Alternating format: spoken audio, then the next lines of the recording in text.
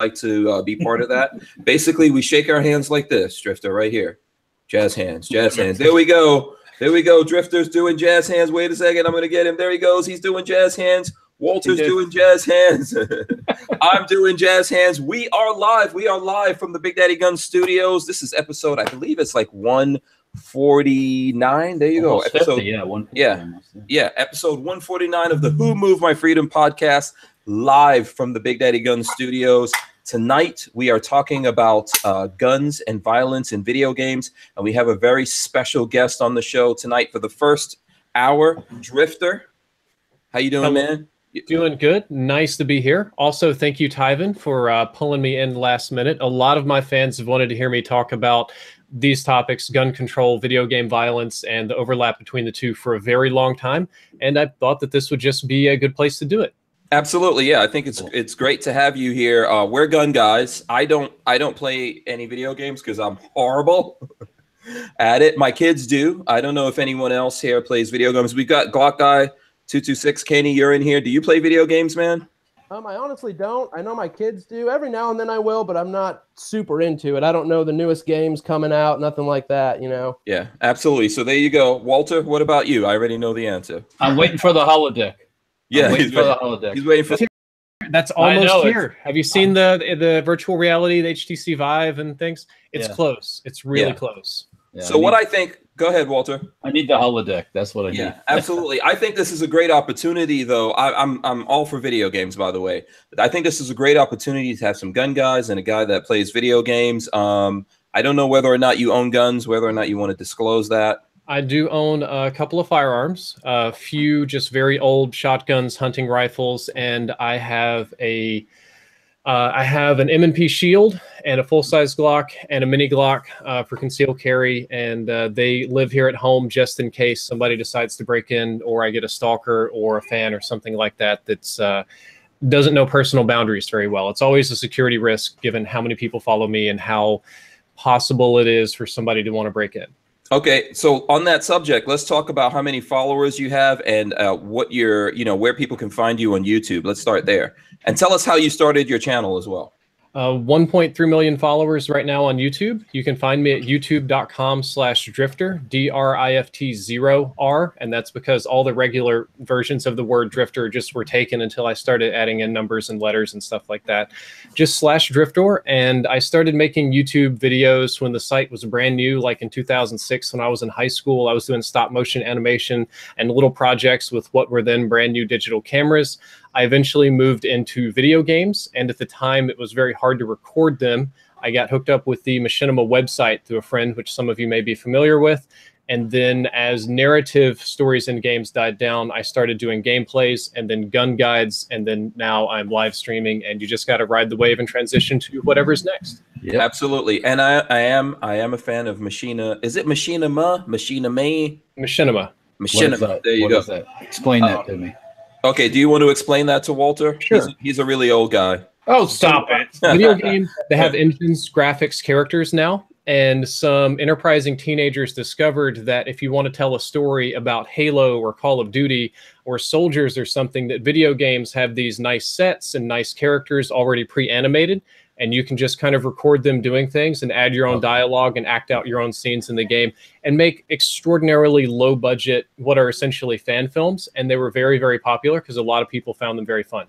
Yeah, absolutely. And my interest in it personally goes way back to like the mid to late 80s, actually, when I was in high school back in the olden days when they used cassette tapes to save your work on a computer and all that. I always thought that in the future, movies and all that kind of stuff were going to be made with computers, and when Machinima came in, everyone realized like, wow, this is really the thing. So I've been into that kind of stuff. I've used things like Poser and all those different kind of software that allows you to do that stuff. I even have a video on my channel with a digitized version of me on my channel. So if anyone who's really been looking at all my videos would know that I have something like that. So I'm very interested in it. Okay, so now I think from our friend Tyven, I heard that you're going through. You've got some threats and things like that against you. I don't know. Is that normal, or is that just what's going on since these latest shootings and things? There's been no threats, nothing new since the latest shootings. A lot of my fans have wanted to talk about it, and people get very mad at me on Twitter when I express my opinions. Sometimes I'm not very clear about what I actually believe, and I play devil's advocate without clarifying that, either pro or anti-gun, typically to a person that just refuses to open their mind to understand the other side.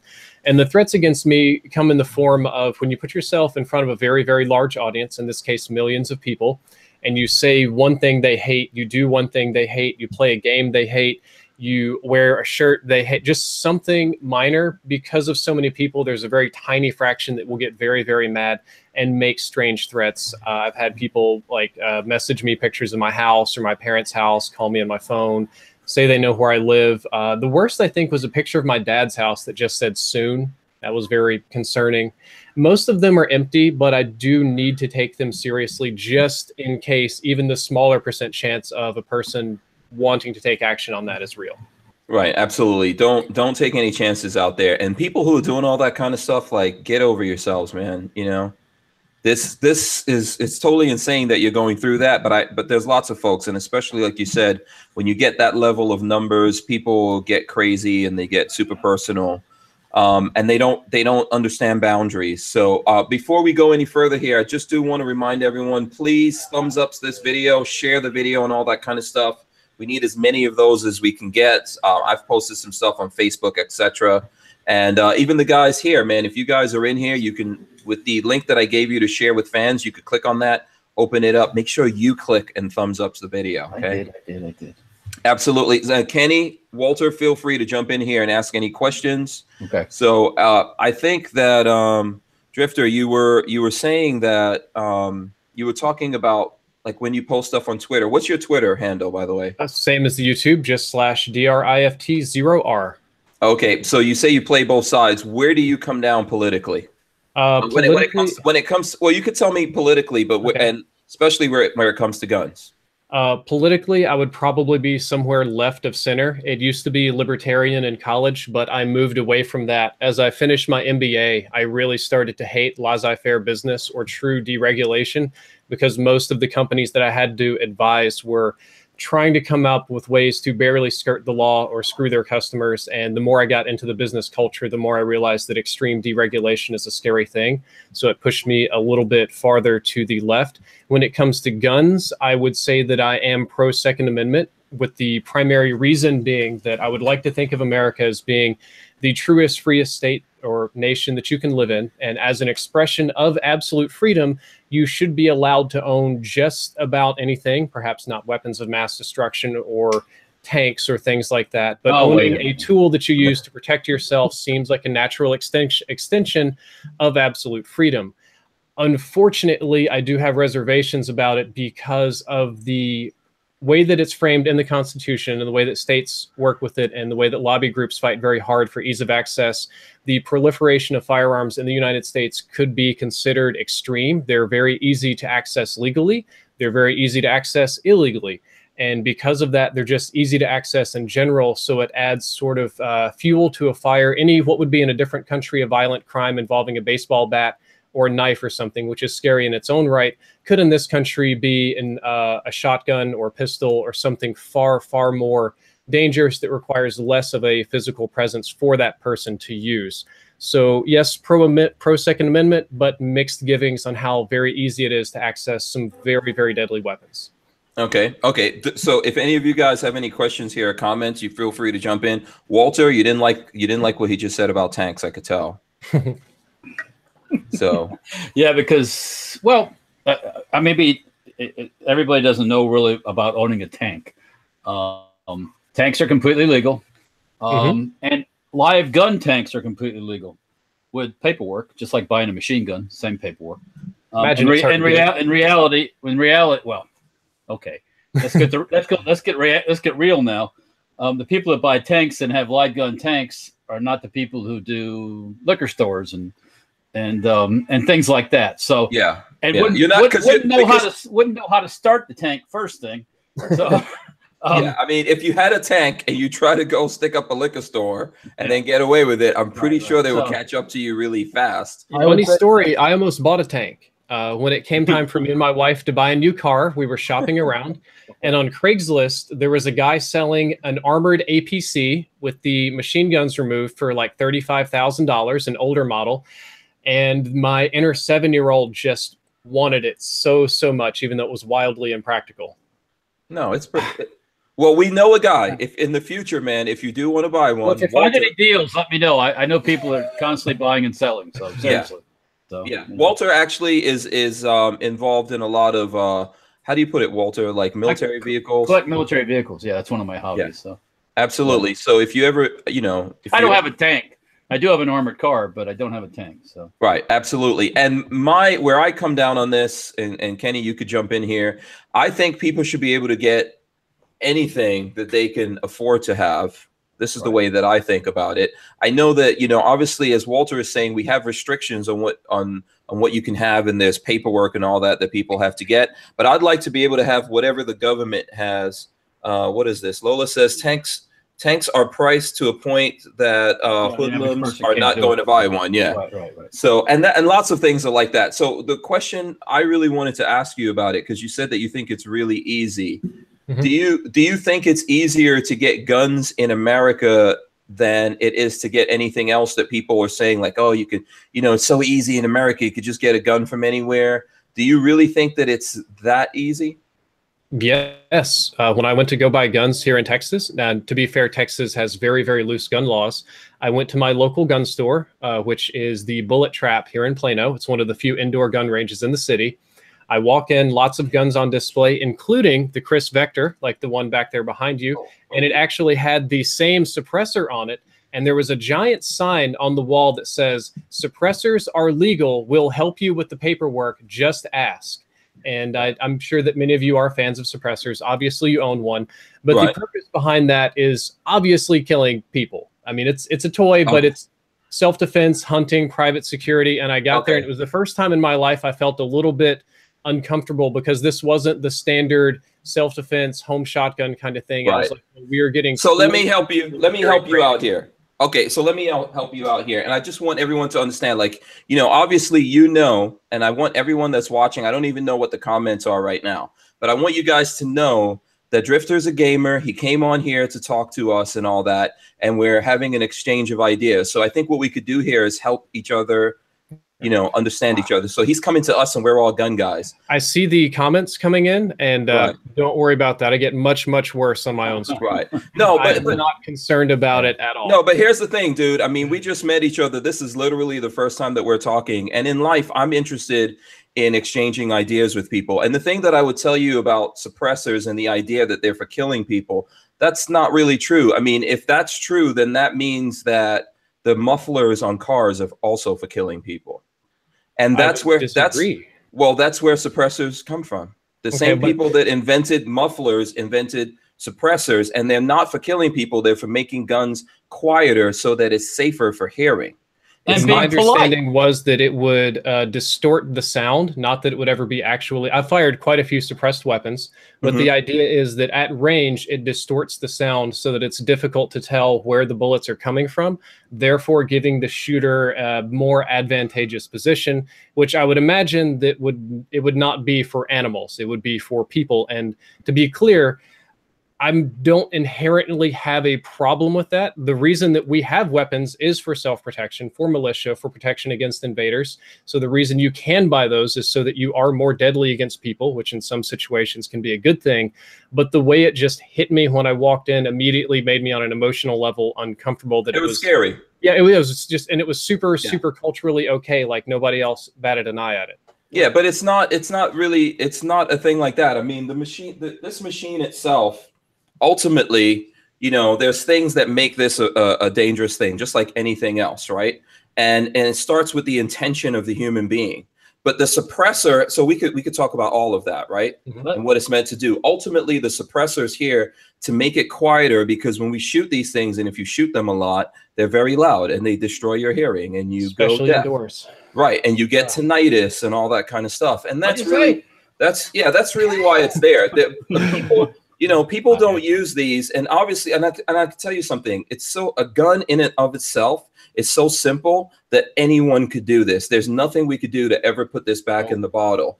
And the suppressors themselves are incredibly, incredibly simple. So even though that store said that they would help you, the process that it takes to get a suppressor, you have to fill out extra paperwork.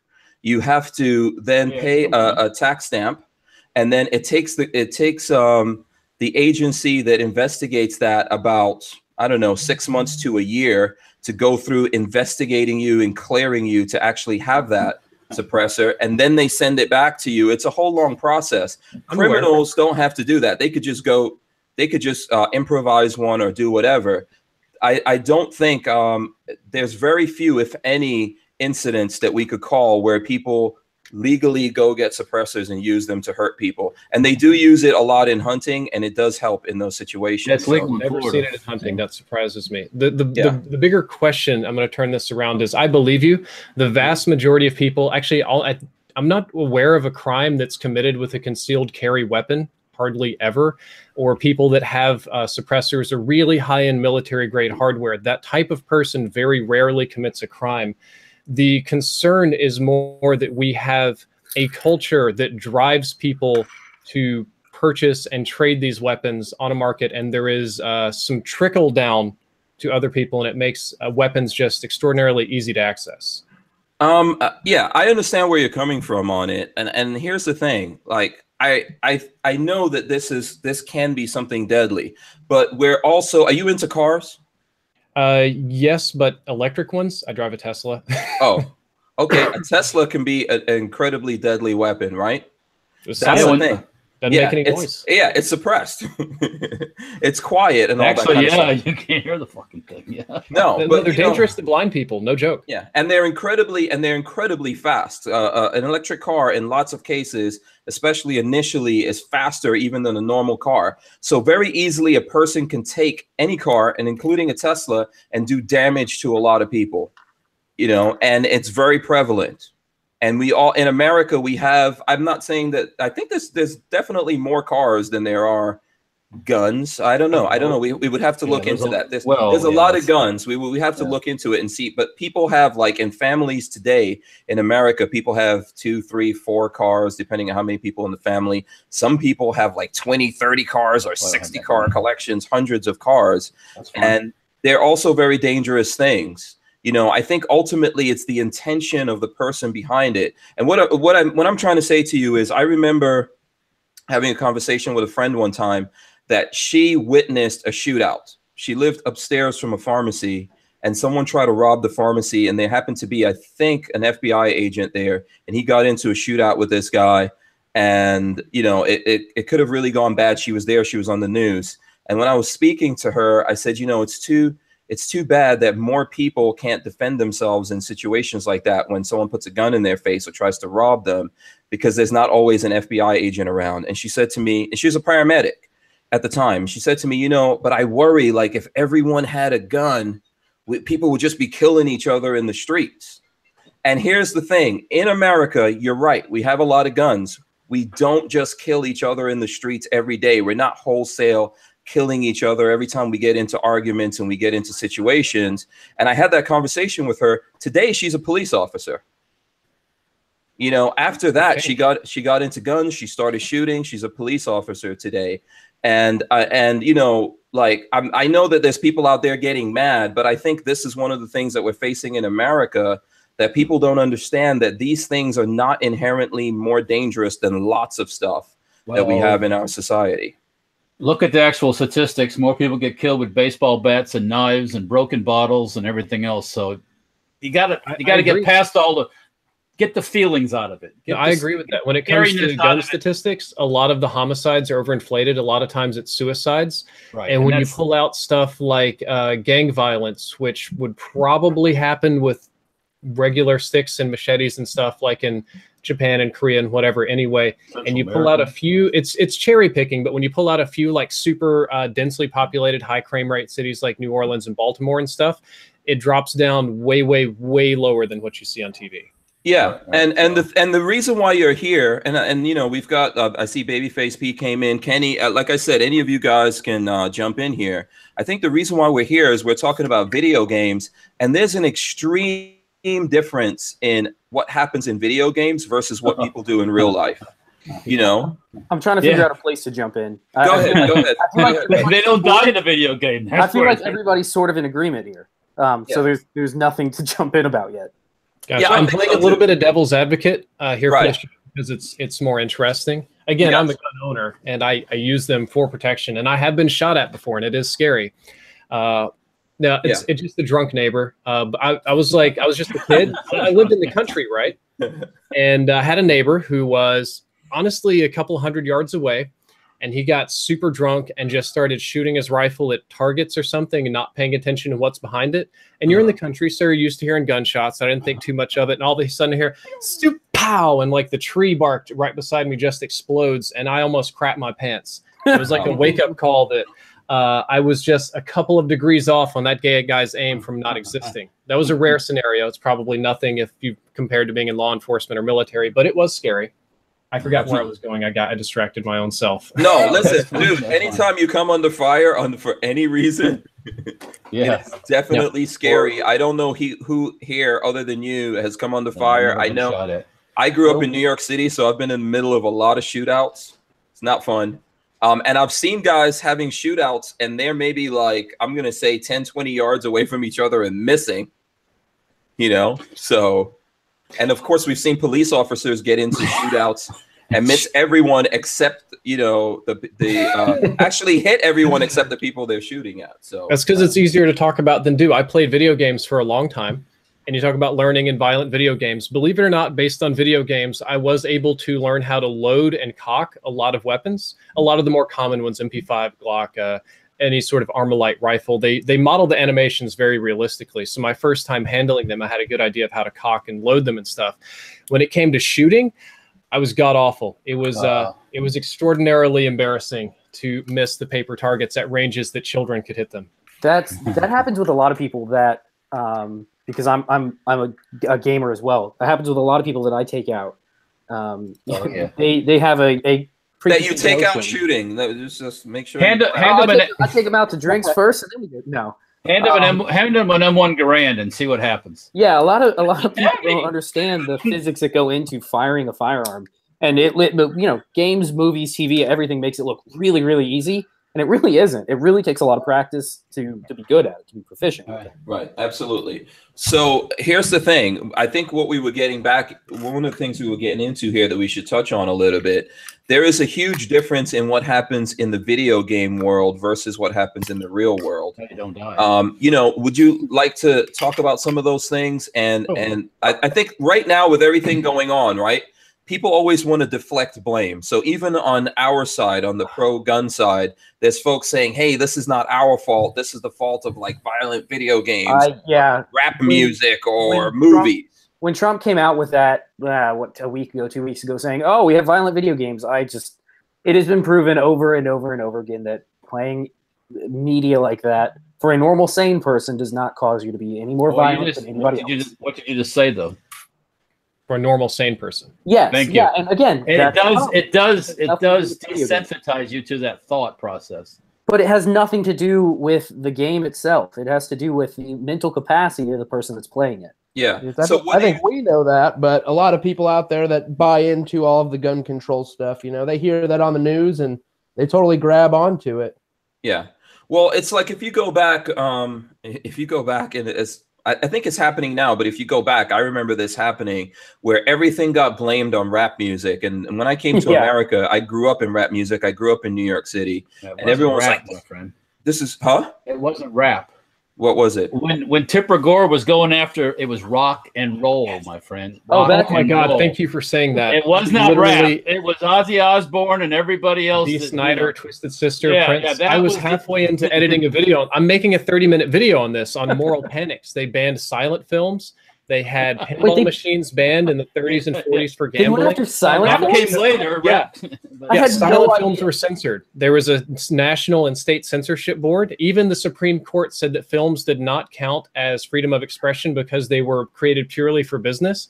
Wow. Films were not decensored yeah, until that's what a lot of people don't. A lot of younger people don't understand that back in the day, everything went through a review board. Everything, What? everything you heard, every movie, everything went through the review board to say it was all right. You know, That's you don't have that insane to anymore. me. it's real though. It happened. Real. to That wasn't that long ago. I comic mean, books, music. Do you guys remember the Satanic Panic from the 90s? A lot of that was because of heavy-handed censorship and some less than careful propaganda. Right. Yeah, I think that this is what I remember when I saw a video. I think one of the first films was of a train coming into a station, and when they played it, it scared the crap out of people. You know, so you know, times are different, huh? absolutely. So, and you're saying Walter that they never went after rap? Is that what No, you're I'm not trying saying to say? they never went, but when Tipper Gore and that bunch first started, it was the rock and roll guys. It was, I mean, rap was included with that, I'm sure, but you know, the Ozzy Osbourne, the Twisted Sister, and they put the warning labels on, and the kids bought even more. Yeah, That was the absolutely. best part. Yeah, I agree with you. I think, but here's what happens, Walter. We all live in our own world, so probably like, and when what happened, I paid attention to it because I didn't, I didn't care so much about Ozzy, you know, back then, or you know, any of those guys biting the heads off of bats and you know, and peeing on the Alamo and all that good stuff. You know? we all pay attention to who like whoever we were paying attention to and what happened to them. Like I remember, you know, the guys from NWA getting arrested and all that, and the thing that happened that just made those guys more and more popular. Right. Yeah, you know, and I think that. But that's before Al Gore invented the internet, though. Oh yes. That's before he invented the internet. To his credit, Al Gore did come up with a scheme to try to get fiber to the entire nation by the year 2000. Unfortunately, all the telecoms pocketed almost $500 billion worth of money and then used some of the money they pocketed to lobby Congress to never do an investigation. So good job. Yeah. Isn't that what happens all the time? Yeah. Swept under the rug. Yeah, we're the architects of our own destruction.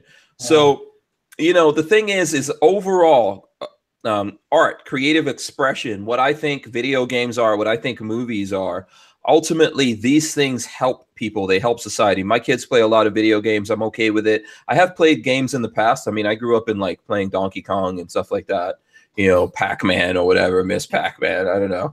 But the thing is that these things overall help people. They help you unwind. They help you, you know, relax or whatever it is. And then there are some people that they don't help, or maybe it makes them worse. But do we destroy these things? Do we get rid of them because of the few people in society who are already broken? I'm pretty sure if we go back to when we were just living in caves or mud huts or whatever it was, there was broken people. They did bad things to society. You know, they did stuff to the village, and the village had to get rid of them.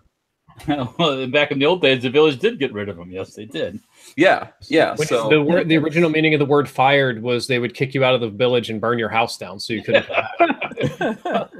Now we just coddle them and say, "Oh, poor person." Yeah. So, you know, how do you look at this? How do you look at this being? First of all, what kind of video games do you play? Do you have specific games you play? I play Call of Duty. I play Battlefield. I play Overwatch, which is a shooter. You may be familiar with PlayerUnknown's Battlegrounds, which is one of the more realistic military shooters. It's very similar to Arma, which is the game that America's Army made, and Fortnite and a lot of these games. So I play a lot of shooting games. And I would agree with you that in general, these games are absolutely harmless. If you look at violent crime rates in the United States, they've been on a steady decline since the late 80s. And there's a lot of socioeconomic reasons behind that. But coincidentally, it also aligns with when video games are released. I think it's honestly a stress release, kind of like paradoxically, countries that have the most access to pornography have the least amount of reported rapes and things like that. And in today's society, not anymore. In today's society, if you do not let your children play video games, you are likely to make them more violent because they become socially ostracized, because something like 95% of children are playing games, even online. That's how they connect with their friends through Facebook and stuff instead of in person. Right. So when you restrict that, you socially isolate the child, which can do very bad things to them. So even though the games would look scary, like Mortal Kombat and Night Trap and all these sort of violent things, if you take it away, it's just a kid in a room by himself, which is even worse. I remember when I was a kid, Mortal Kombat was off limits. We would go to like the skating rink when I was younger, and like, my mom was always like, "No, you cannot put quarters in that machine." Like, what? Okay, now there's no limits to the depravity of my gaming life. Yeah. So you know, how would you feel if people came out and said that there's kind of like suggestions on age limit on video games, right? It's obvious. It's not a law in the same way that there's no law and restrictions on movies.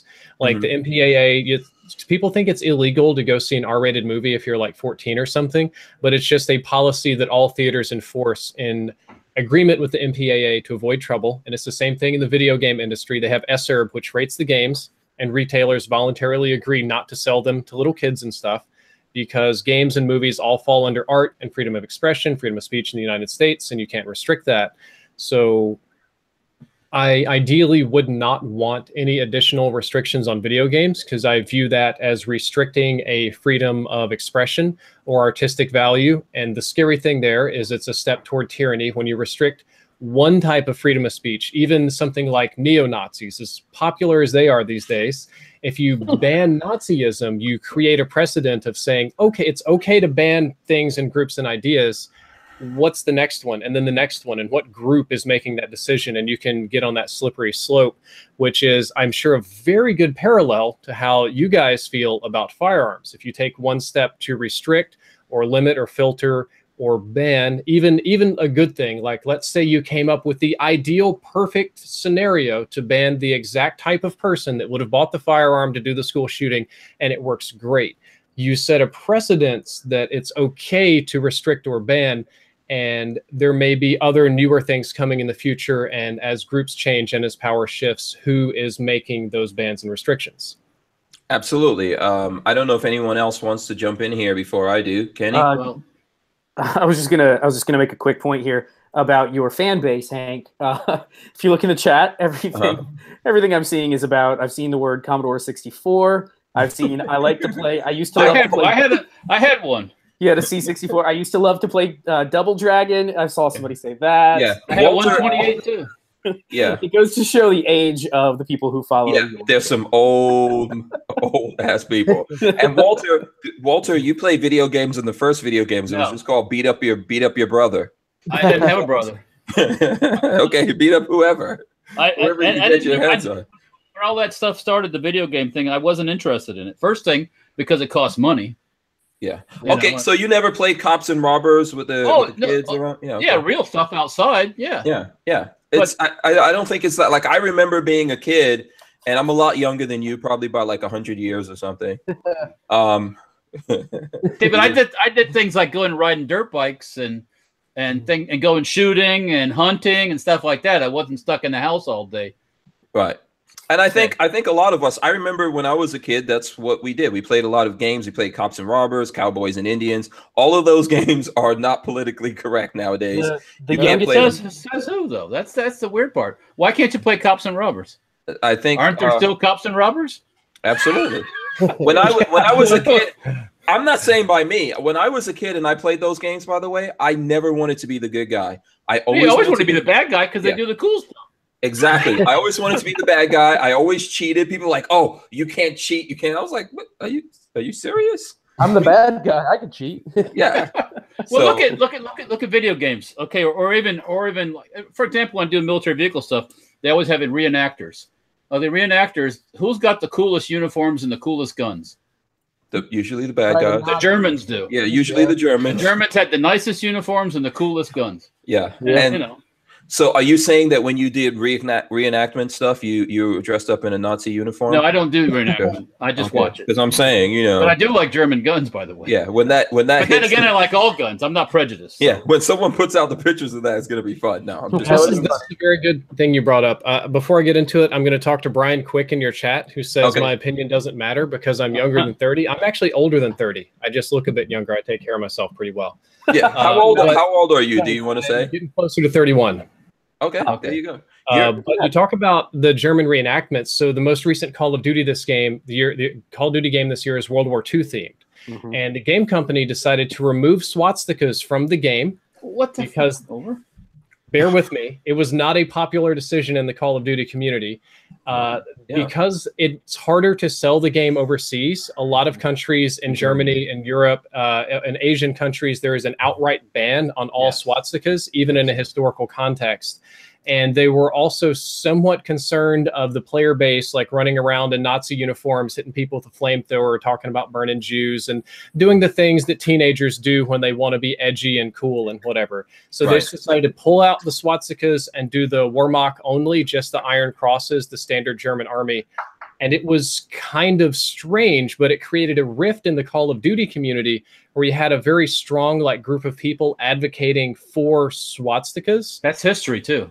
It is history.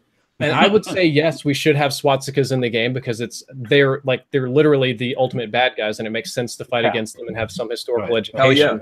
But it's split. There's this reenactment camp for historical accuracy, and then there's this really weird sort of Nazi worshiping camp that wants specific Hitler elite uniforms, and they want their cool skull and crossbones hat, and it's there was no solution to this. It was just constant bickering for months, and it was really strange to see.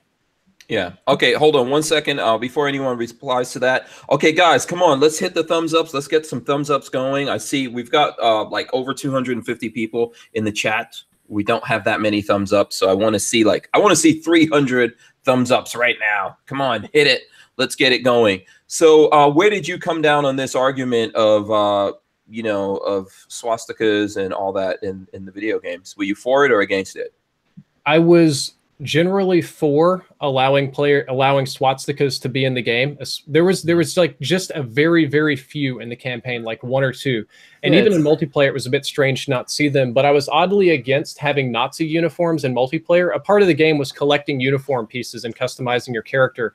And I didn't think it would be a good idea to allow people to collect and wear Nazi memorabilia as they kill allies, because it was just unsettling, and there was a small but vocal group of people that were very, very weirdly pro-Nazi. So that restriction I do understand. Okay. I think ultimately, I'm not for any of these restrictions. I mean, if we go back to even where that symbol came from, and you can argue it came from the Indian culture, right? Mm-hmm. It was a symbol of peace and prosperity, and it's still used in Buddhist temples and throughout Japan. Exactly. So it's co-opted, and this is the things that happen in life. This thing got co-opted. It became an evil thing because horrible things happened behind it, and we shouldn't forget any of that. We shouldn't forget that horrible things happened because or with this or in the name of this symbol, and we shouldn't forget where it came from. We shouldn't, now we should not pretend like it never existed. That's how we wind up getting those things happening again. Yes. Yes, that's how it does happen again. Yeah. We try to erase history and make it one way. Yeah, and that's when that wasn't the way it really happened. So. Right, exactly, and I think that's let me ask a question. Then I'm not familiar with the games that much. Is there a Japanese? There's a Pacific Call of Duty?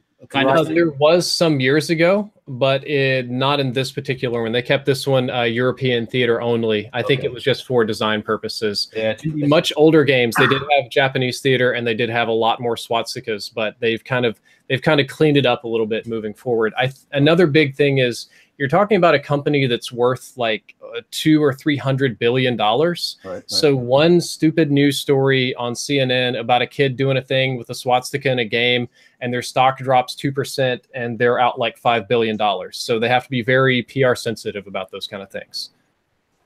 Yeah. Okay. Yeah. Well, and Japanese uniforms are pretty boring anyway. So just all gray. and their weapons are pretty primitive, so it's nothing like a Rising a fight Storm, miniature. Red Orchestra 2, the Rising Storm expansion was pretty fun because it was all Pacific War based. So it was basically Marines, Guadalcanal versus Japanese. Yeah. Do you guys think in the future they'll have video games about us? Like Sitting in what podcast yeah simulator 2025? There is a pro gamer simulator where you play a simulation life of a professional gamer. It's very strange. And a streamer simulator. Doesn't make any sense. I think they're more joke games than they are serious. Yeah. They're big enough to sell copies, and I find them really odd. Yeah, I thought I saw a video game where you could play FPS Russia. You could be FPS Russia shooting stuff. I think you could be Hickok 45 shooting on Hickok's range. Be a Russian from Mississippi? Oh. Yeah, he's from Georgia. He's from Georgia. Okay, I was close. I'm not from the Georgia. Though. Spent a lot of time there. Right. Okay. Cool. Go ahead. I was just gonna say there are some very weird simulator games out there. People have latched on to all of the driving sims. So like Euro Truck Simulator 2017. Oh my god! Do you get to drive through con with the? You just drive. You drive a big rig. My favorite though is which I still haven't bought it. I need to pick it up. It's this ridiculous indie game called Shower with Your Dad Simulator, and it's like a little kid who has to like run to the correct father. It's really hilarious. Here, take your phone, Lola. Okay, so someone has a question about the Gadsden flag being racist. I don't know who the Gadsden flag. Oh, that's Don't Tread on Me. Yeah, that's not racist. Yeah. That's a Which one is that? How do you flag. spell it? Gadsden? G-A-D? Gadsden. Yeah, that's the Don't Tread on Me flag. That's an official U.S. flag, by the way, too. Oh, that's like a Revolutionary War. Revolutionary War flag. It's nothing to do with being racist. It's a bunch of fucking crap. I like the the No Step on Snack better. I'll link it in chat so you guys can see it. All these people are trying to do is rewrite history in some twisted way. I don't get it. I think it's counterproductive. There is a group of people. You probably hear about the alt-right a lot. There is a group on the alt-left that are oddly revisionist about history and sort of PC and anti all these bad things to the point where they become the bad things themselves. Like anti-FA, they go around preaching about anti-fascism by literally any means necessary. And you're just like, is there that what? And they're like, oh, it's okay to stab and beat up fascists. And I'm like, really? Where did I lose that part about killing people? I mean, and there's value signaling, and there's this weird fetishization of people of color and people that are mixed gender or non-normal genders, to where it's like you want to collect all of these things. To where I would be like, I'm a half native, trans-abled, demi boy or something. And the more of these things you collect, the more value you have as an individual because you're unique. You belong to more groups. Right. I wouldn't say that's many people, but it's a big enough and loud enough group to have a presence. And I find that a lot of those attitudes are going to be, what's the right word? I'm trying to detrimental, not derivative. I think they're going to be batshit crazy. It's part of that whole, and I've talked with my son about this. It's the whole thing about making the immoral or the wrong right. Like saying it's okay to be all these different things when it's not okay. It's not all right. Yeah, but I'm going to take a different angle on you here. What things is it not okay to be? Well, I mean, when you want to be 5 different genders at one time, it comes up cuckoo, cuckoo, cuckoo.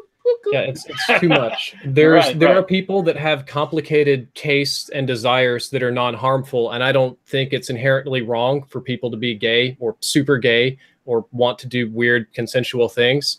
But when they change these things very, very rapidly and expect you to keep up with all the nomenclature, and I've seen people with gender fluidity, and that kind of makes sense in a way, but then they'll change their gender in like 5 minutes and expect you to keep up. That's bullshit. It's this. Yeah. Well, I think, first of all, what the hell is wrong with people? We are all already so different. You know, we're very much alike in terms of being human beings. We are very much different in the lives that we live and who we are and what kind of clothes we wear and how do we like to cut our hair. We like watches. We don't like watches. We like to do this thing. We like to do, you know, we're all so different, and it's weird that people now have to go to the super different and uber ultra different than everyone else. And they have to tell everybody. Right? It's like a badge of honor. I don't care.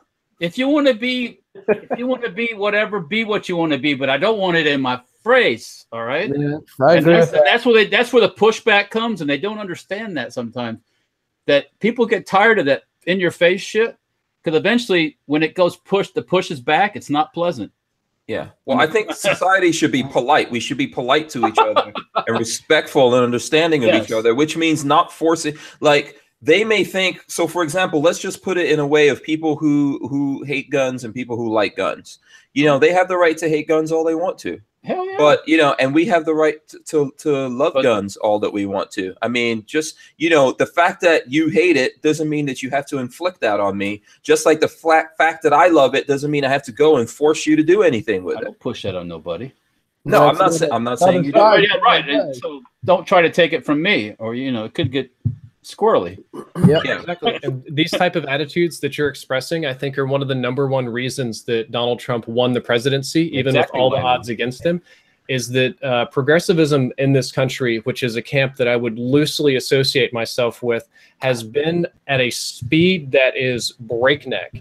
I went in just like the last decade, it went from being totally okay to just calling people faggots with no repercussion to identifying somebody as the wrong gender, debatably being a crime in Canada. And the speed of that progression and the vehemency of the groups that promote it to marginalize anybody that's not on board with that train got a massive kick in the nuts. Right. Yeah, no, you're completely right about that. I said before the election, the guy that stands up and says exactly what's on his mind, doesn't apologize for nothing, will be the guy that wins. And sure enough, what happened? Absolutely. He doesn't apologize for anything. Why should you? Here's the scary thing. Like you guys are probably generally against all the left, anti-gun, progressive, multi-gender sort of stuff. I'm just guessing. If I'm wrong, just bear with me.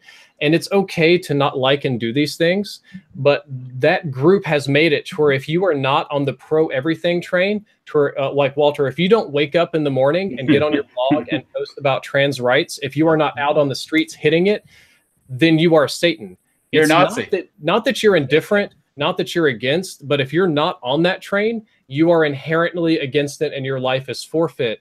And the Trump presidency is 100% a blowback against that attitude. And in reality, that group that doesn't like me or like whoever is so small, but they put themselves they're tiny but vocal. Via this and what we're doing right now, they make them look like they're a huge group, but they're not. Yep. They're not. And that was the election proved that. So sorry. Yeah, someone just said that if we hit 200 thumbs ups, Lola's gonna slap me. We're getting close, Hank. Yeah, that's spousal abuse. Real quick, do we only have 10 minutes left with Drifter? Oh, wow. Oh, let me ask him one. I have that much time go. I'm all ears, man. So I had a question before we get too far. I have one too. Okay, Kenny, and then if you have a question, we'll let Kenny go too. Okay, go ahead. Is that to me? No, you go ahead, babyface. Go ahead. Okay. With you seem like you're very strongly opinionated in all things, which is fine, which is great. Have you noticed any pushback from YouTube itself or from your followers or from other channels coming in and going after you? About which issues in particular? Not any in particular, just overall. Oh, of course. Okay. I had lots of issues. I haven't made a gun control video in a while. I did a 4-part series a while back doing legal, then historical, then cultural, and then more of a numerical like crime analysis thing. I got some pro and against pushback on that. I did a video recently about the Ugandan Knuckles meme being racist. I saw that. I actually watched that today, and it was like half and half. 3K upvotes, 3K downvotes. Yeah, so that was a really popular meme, and people didn't like me shitting on their meme. I've done videos about abortion, politics. Personally, I think the meme is hilarious, but that's just me. What are we talking about? Which one are we talking about here? This is the Uganda Knuckles. It was a meme that rose to prominence very quickly and died off just as fast. Is it the kid? Is it like? No, it's a cartoon. Okay, I'll look it up. I'll find He basically comes in as like a stereotypical African guy and talks about Ebola and tribal queens and stuff like that. And it's kind of funny, but it's kind of low-key stereotyping people. Anyway, I get blowback from dozens of stuff all the time. I get demonetized on YouTube. I made videos about the weird sort of Nazi worship going on in the Call of Duty community. That got super demonetized. I was testing out stuff at the time. I tried Photoshopped Oprah into a Nazi to test how it would recognize thumbnails. Where can I see that? Yeah, you can pull it up on my channel because in the game you can play as a black German soldier in the Wehrmacht army. I looked this up. Historically, there were like 50 of them in total. So I guess kind of maybe, but it's still weird. Wait, the Germans actually had some black dudes in their army. Yeah, there were like a couple of blacks that lived in Germany, and the Nazi Party decided that it was such a rare group of people that it wasn't worth the time to waste money on the bureaucracy to pass a law to deal with them, and they would let local governments deal with it. So from region to region, it could be really bad to more or less okay. Wow, I thought that Iron Sky was the first one to do it. Yeah, what an amazing movie. Yeah, it is. Yeah. It was an awesome movie. I got a lot of blowback from a lot of different things. Most people in the gaming community do not express opinions about anything. No. It's just very much so we play these games, we enjoy these games, and that's it. And I'm one of a handful of people that will move a little bit outside the gaming space. Cool. Yeah, and we appreciate that, man. I think personally, I never heard of you before today, but I think you're a cool dude, man. I like the fact that you're willing to stand up for what you believe. I like the fact that you're willing to speak out on what you believe on and not because there are so many gamer YouTube channels that are constantly concerned about being demonetized, which is already a problem.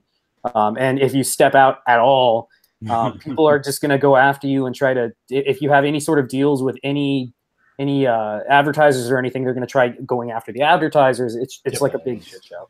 It's rough, and you guys get it worse than I do reviewing guns, which I think is silly. You guys saw the Historical Combat channel that reviews axes and swords got demonetized? Yeah, man. Oh, really? See that? Yeah. Well, that's bad stuff. You know, you can't have a knife. Yeah. Even the airsoft guys, did you see? Yeah, yeah. They've been going after airsofters, which is insane to me. Yeah, very. Okay, next question. Quick question. Walter, Walter, what's your question, Walter? On average, your viewer base or your subscriber base age, is there a way to my channel's a little bit unique. They're mostly late high school and college. When you primarily look at a gaming channel, you're looking at 13 to 15 or 16 kind of demographics because of the type of content I've put out with the philosophical and political and doing shows like this. I pull in primarily a college crowd. It goes, my biggest crowd is college. Second biggest is probably 25 to 35. And then by a very close margin, my third biggest is that like 13 to 15-year-old group. Okay. All right. Just curious. That's all. Okay, cool. And Kenny, what was your question? I really don't have any questions. I just think it's pretty cool. Like Babyface said, you know, you do a gaming channel, but I think it's cool you venture off on other topics. You really don't see that a lot in the gaming community. So. Yeah, well, I agree with that. And by a similar compliment, I'm glad that you were all welcome to host somebody of a moderately dissenting opinion and in a wildly different field here on your show. Yeah, absolutely. And you know what, man? I think that this is what freedom is all about. It's the reason why I'm doing what I'm doing. I think we need to get on here and share our ideas and all that kind of stuff, as well as we're kind of in the same boat, right? We're creating content. You know, we are part of that huge, massive pyramid that YouTube has. Regardless of where you're at on the pyramid scale. Scheme, man, just that endless climb to the top. Yeah, absolutely. So in whatever time you have left over, I would like to find out from you, like, what do you think about this whole YouTube thing? Where do you think it's going? What do you think is the future of this? And what's their motive? What do you think their reasoning for this is? Glad you asked. I believe the reasoning is twofold. I believe it's a way to appease advertisers. There's a lot of people on the conspiracy end that YouTube is just super far left and they want to crush dissenting opinions and continue to proliferate the propaganda that they believe in. I disagree because my time on YouTube and talking to people at the company there, I get the impression that YouTube is like every other mega corporation that wants money. And right now, in general, left groups are very vocal online. So when advertisers accidentally advertise on some offensive content, they get hate brigaded in a way that they have never dealt with. Like if you look at a page for something like Samsung or some brand that just sells stuff, they don't really get a lot of fan interaction. So if like Samsung shows up on a Nazi video and one day they get 10,000 hate messages, somebody at the executive level at the company says, this is a super big problem. They go to YouTube, they complain. YouTube has to do something. The issue was actually with, in this case, we'll say Samsung or Coca-Cola.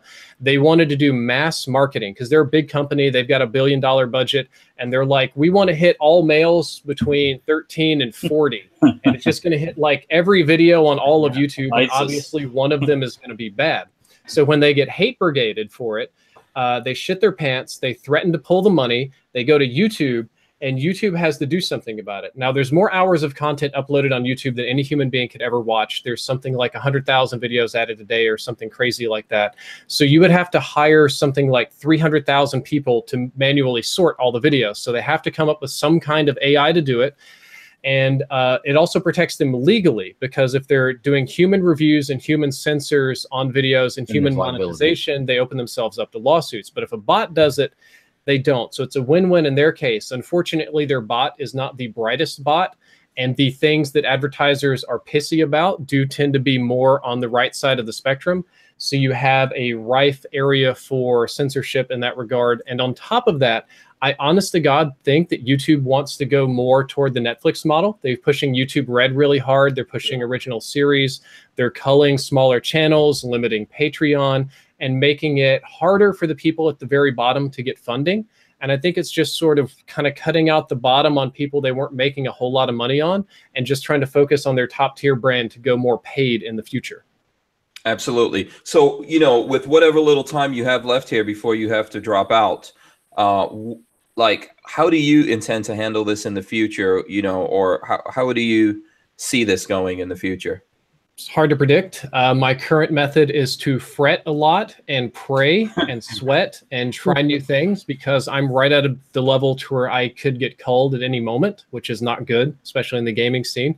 So I'm trying to find the next big thing to jump on and I guess diversify my brand, change myself, move forward, ride the wave of chaos, and hopefully survive whatever they have planned for next. And use them like a Trojan for now. Yes. That's what I would say. So do you get on other platforms? Are you looking at that as an alternative? The reason why I ask is we're working here on building an alternative platform, and we don't want to do it just for gun guys. We want to do it for everyone across the spectrum that's suffering through this, and have people, you know, gamers come on, and guys who want to do car videos come on, etc., and gun guys, of course. So I don't know if you're open, if you're interested, or if you have any advice for people like us building something like that. Well, first of all, you've got my email, so you can share it with me. It's very difficult, because the reason that most people go to YouTube or Twitch, which is similar, is they're just big. That's where the audience is. The internet's not quite the Wild West it was in the early 2000s and 90s, and the big guys have way more advertising and money and presence. And things like YouTube and Google and Twitter are more entwined in daily life and conversation, especially even with the president using and stuff like that. So it's incredibly difficult for a group of guys like yourselves to launch an alternative network and get people on it. Now, building a technology backbone, making a great network, having a good idea, you can do that. Getting a hook somehow, touching the right hot vein of fresh viewer blood and getting them to flood into your network and use it versus anything else where there's already a lot of people is going to be the most difficult part. And if I had a great solution for that, I'd already have my own network. So yeah, you'd be a billionaire. Yeah. Yeah, absolutely. Okay, so finally, for any of our audience out there, you know, there's like 2 or 3 people. If there's anyone out there that would like to know, you know, follow you and all that kind of stuff, what do you suggest they do? Just Google my name, DRIFT0R, and just slam it into Google or YouTube somewhere, and you will find all of my stuff. And that's about it.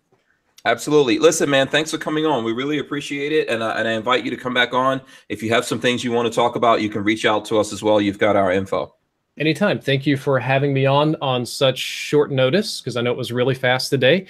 And you obviously don't have to answer now, but is it okay if I upload some segments of this to my channel if I decide to make a gun control type video in the future? I think you have 1.3 million people following you. So as nicely as I could say, hell to the yeah. Okay. Plug away. It's your content, you know.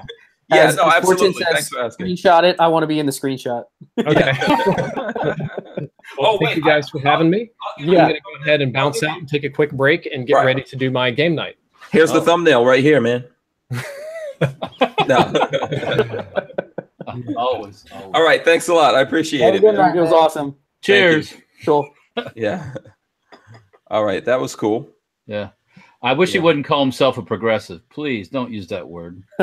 No, listen. Progressive is another is a Honestly, key. honestly, from an outsider standpoint, he seems very centric. He doesn't seem to But me progressive is far is one left. step away from commie. To me, progressive is very far left. He seems very, very centric in all of his views. Right. Yeah, Yeah, he's not a progressive. Yeah, here's the funny thing about language. You know, it means something to every different Different person. to everybody. Yeah, Yeah. and words. It's like Lola's language that she speaks. There's literally like freaking 70 words. And their asses take 70 words and just it means Well, if every you know damn how to thing. use those 70 words, you can go a long way. Yeah, Cool, yeah, so- exactly. So real quick, I'm gonna let you guys know that I jumped in to talk video games. When Marley gets back with pizza, I am peacing out. So just so you Yeah. guys know. I hope Oh, so. hey, I understand. I understand. Okay, so guys, don't forget to thumbs ups. You know, and everyone here, you guys should have thumbs up. You should have shared this Oh, I did already. it. I did it already. Yeah, I did. Yeah. I did. So Already we did. have we have Kenny, Glock Guy 226. We brought him back because the last time he was on, we got into some other shit. It got heavy. I wasn't there, but it got thick. Yeah. didn't Wait, it? I missed this. What happened? Yeah. The last time the Glock Guy, I don't even remember, dude. Kenny, who was what? You what had happened Mac last- on and everything else, didn't you? Oh, was it that Mac was on? No, last time I was on, Lola had one of your old friends you haven't talked to in a long time on. Oh, Yak Yaz. Oh, yeah, kids. Yeah, Okay. And then my internet sucked. We were having like an ice storm, and it was not good. Yeah, and then the time before that, when you first came on, something else happened. It's like every time you come on, some shit comes up. Jesus. Hey, I'm Today was good a with good one. I'm good Yeah. with that. Yeah, so that's cool. So what's up with you, man? I see that you're wearing a very. Can you stand up? Can we see this shirt that you're wearing? Because can you explain to us? Because I kind of know where this shirt came Let from. me see. Is that? but is Yeah. that, I'm jealous because I don't freaking have one. Okay. Well, I ordered this one, a hat, and a sweatshirt. Jake, I'm sure you're in contact Yeah, with Jake. Leviathan Group. Yeah. Yeah. I met him at SHOT Show. Jonathan, Tactical Toolbox, and I kind of hung out with him. That was my first time meeting Jake. And man, he's a really cool dude, and he has his hand in some pretty big projects. You know, as far as movies go, TV shows, he's So pretty what- much the pipeline getting guns into movies and Oh. TV shows. Oh, really? Yeah, Yeah. that's how. If you guys ever saw me with that bat, which is in Tony's office, that bat is something. There's different people connected to it. One of the people is Leviathan Like- Group, the bat from Walking Dead. Pre-Vitorian Adventures or something. They make the bats, like the Lucille Yeah, bat. Praetorian. Yeah, Praetorian Ventures. Yeah. Okay. So they do movie prop guns and stuff like that. Is that what it is, or they like a what do you call it? A broker to get the stuff into it, or how does it? Yeah, I think Leviathan is more of a marketing agency. Okay. He works with Trigicon, Agency Arms, pretty much getting their product into the right hands as far as movies go, or even us social media guys, YouTubers and stuff. Right. Yeah. So and he's doing stuff with us, which we can't necessarily talk about right now. I got some really cool Okay, stuff. Kenny. That's really cool game. Yeah. So, listen, definitely we can introduce you to him, Walter, somewhere down the line. Yeah. I think, remember I was telling you, paint those 50 shorties red or some kind of cool color like that, Oh, yeah. might be able to make something happen there. Oh, I need Yeah. a favor from you, Hank. Oh boy. I got a favor I need to ask of you. Yes. What I is want to. If I buy the whole collection of the Surviving Home series, Going Home, and all that, it? I Uh-huh. want them all signed. Can I get them all signed? How much money you got? Oh man, I got a gun. I can force my way in. No, I got you. One of these days you're coming to work with us now. So one know. of these days you'll see Chris Weatherman here and he'll be happy. I wanna meet the guy because the first book I was completely hooked on. I loved it. Yeah, sometimes when he's here in the studio doing stuff. Yeah. So you can leave it like on my desk or something. I'm gonna bring the whole pack of books. I'm gonna leave them there, and I'm gonna be like, whenever you see him, I Yeah, want you're all not of the these only signed. one. All these guys over here are like little schoolboys over Chris When Weatherman. he drops by, that's funny. Yeah. So I can definitely do that. Can definitely take care of you in terms of that. And let me see what else there's a whole bunch of stuff that we could talk about. But Kenny, what do you have going on, man? What's up with you? We should get some stuff from Kenny here. Yeah, really just been busy kicking off 2018. Been trying to pump as much content as I can out, keeping up with different builds and projects. And, people think making videos is so easy. And sometimes it is throwing up a camera. But, the behind the scenes stuff, keeping up with all these different projects that are going on, it could be a lot to juggle sometimes. It's a nightmare. Yes. Having worked with Hank long enough, I know it is a nightmare. Speaking of videos, I see some were put up the other day. I didn't even know that. Some of my stuff. He's not listening to me. No, you saw me put up some of your stuff. Oh, Yeah. we put up when the channel, because right when the channel went down, we had scheduled the video where we were shooting the 22, the AK, Okay, right, 22 right. AK. Yeah, so that video is up right now. Since Hank Strange on YouTube is back up. back. Yep, it's Yeah. back. It's back, yo. So you can go see that video. That's on there. These guys were just working on a video, and I'm looking around for it. Oh, Kenny, real quick, a couple of people in chat are asking how to find your channel. yeah. Tell the folks how to find you. If you go on YouTube, GlockGuy226. I'm also on Instagram, Twitter, Facebook. 226 is Make sure you go You like- subscribe right now, people. well. Well, that's I always get this question, and honestly, I made an email address about 3 years ago, and I like Glocks, and I like the 6226, so I just threw it together. And when I made a YouTube channel, I made a couple of videos, and I never intended on getting any followers, so I just kind of stuck with it. Cool. But it works. I mean, Yeah. So I don't know what's going on in the chat, but it looks like there's some kind of war going on in the chat. I don't know what's going on. Yeah, I'm staying out of whatever's happening there, and I'm glad for everyone that's here. Please make sure you hit the thumbs ups. I'm going to suggest right now, something to you guys. Since all of this stuff happened on social media, one of the big things I realized, I've been talking about it for a while, is when these guys pull the plug on you, you have no way of communicating with your audience that you have. So we started a page called hankstrange.tv that you guys can just go and put in www.hankstrange.tv. You can go in there, put in your email address. You put your email address in there, and then we can keep you up to date. It's an email list that you're getting on, and we could let you know what's going on with us. If we get pulled down from somewhere, we can let you know where we are. We can tell you about our other social media. We can let you know about cool things that we have coming up, all kinds of cool stuff is coming up, as well as we can give away stuff. So when I give away things from now on, I'm actually going to give those things away through hankstrange.tv. So if I'm working with a particular company and we have something we're going to give away, I might ask you to, to check out something on their Facebook or whatever. But ultimately, before I give that thing away, I'm going to verify that you are in that mailing list. So Right, exactly. yeah, so there you go. It's hankstrange.tv. If you go there, I've got instructions of what to do. You can basically just put in your email address, and then there's other ways to get in touch with us there. So there you go. Are you guys signed up? You signed up, Kenny? Of course. yep. Yes, Absolutely. I did. Yep. Okay, awesome. That's good. Check this out. Sphinx with that. Is that white? Yeah, this is that Arctic. Do you see that? Oh, okay. It's like a Yeah, the it Arctic. almost looks like a reptile kind of snake. Yeah, there you go. Yeah. And there's a guy who actually did this. What's the name of that guy? There's always like a big crybaby. If I don't say who it is that did this paint job, I think his name is Archangel or something like that. But he did this paint job for Tony. This is one of Tony's guns. Is that And to me- cryptic? Yeah, it's like a white Cryptek kind of thing. Yeah. So Looks pretty good, man. yeah, it does look pretty good. So Tony has it in this here in the Sphinx pistol, and of course in the sister carbine. Yes, If you guys can check this out right here, SBR. Yeah, there you Wait, go. so is that one of the real deals or the semis?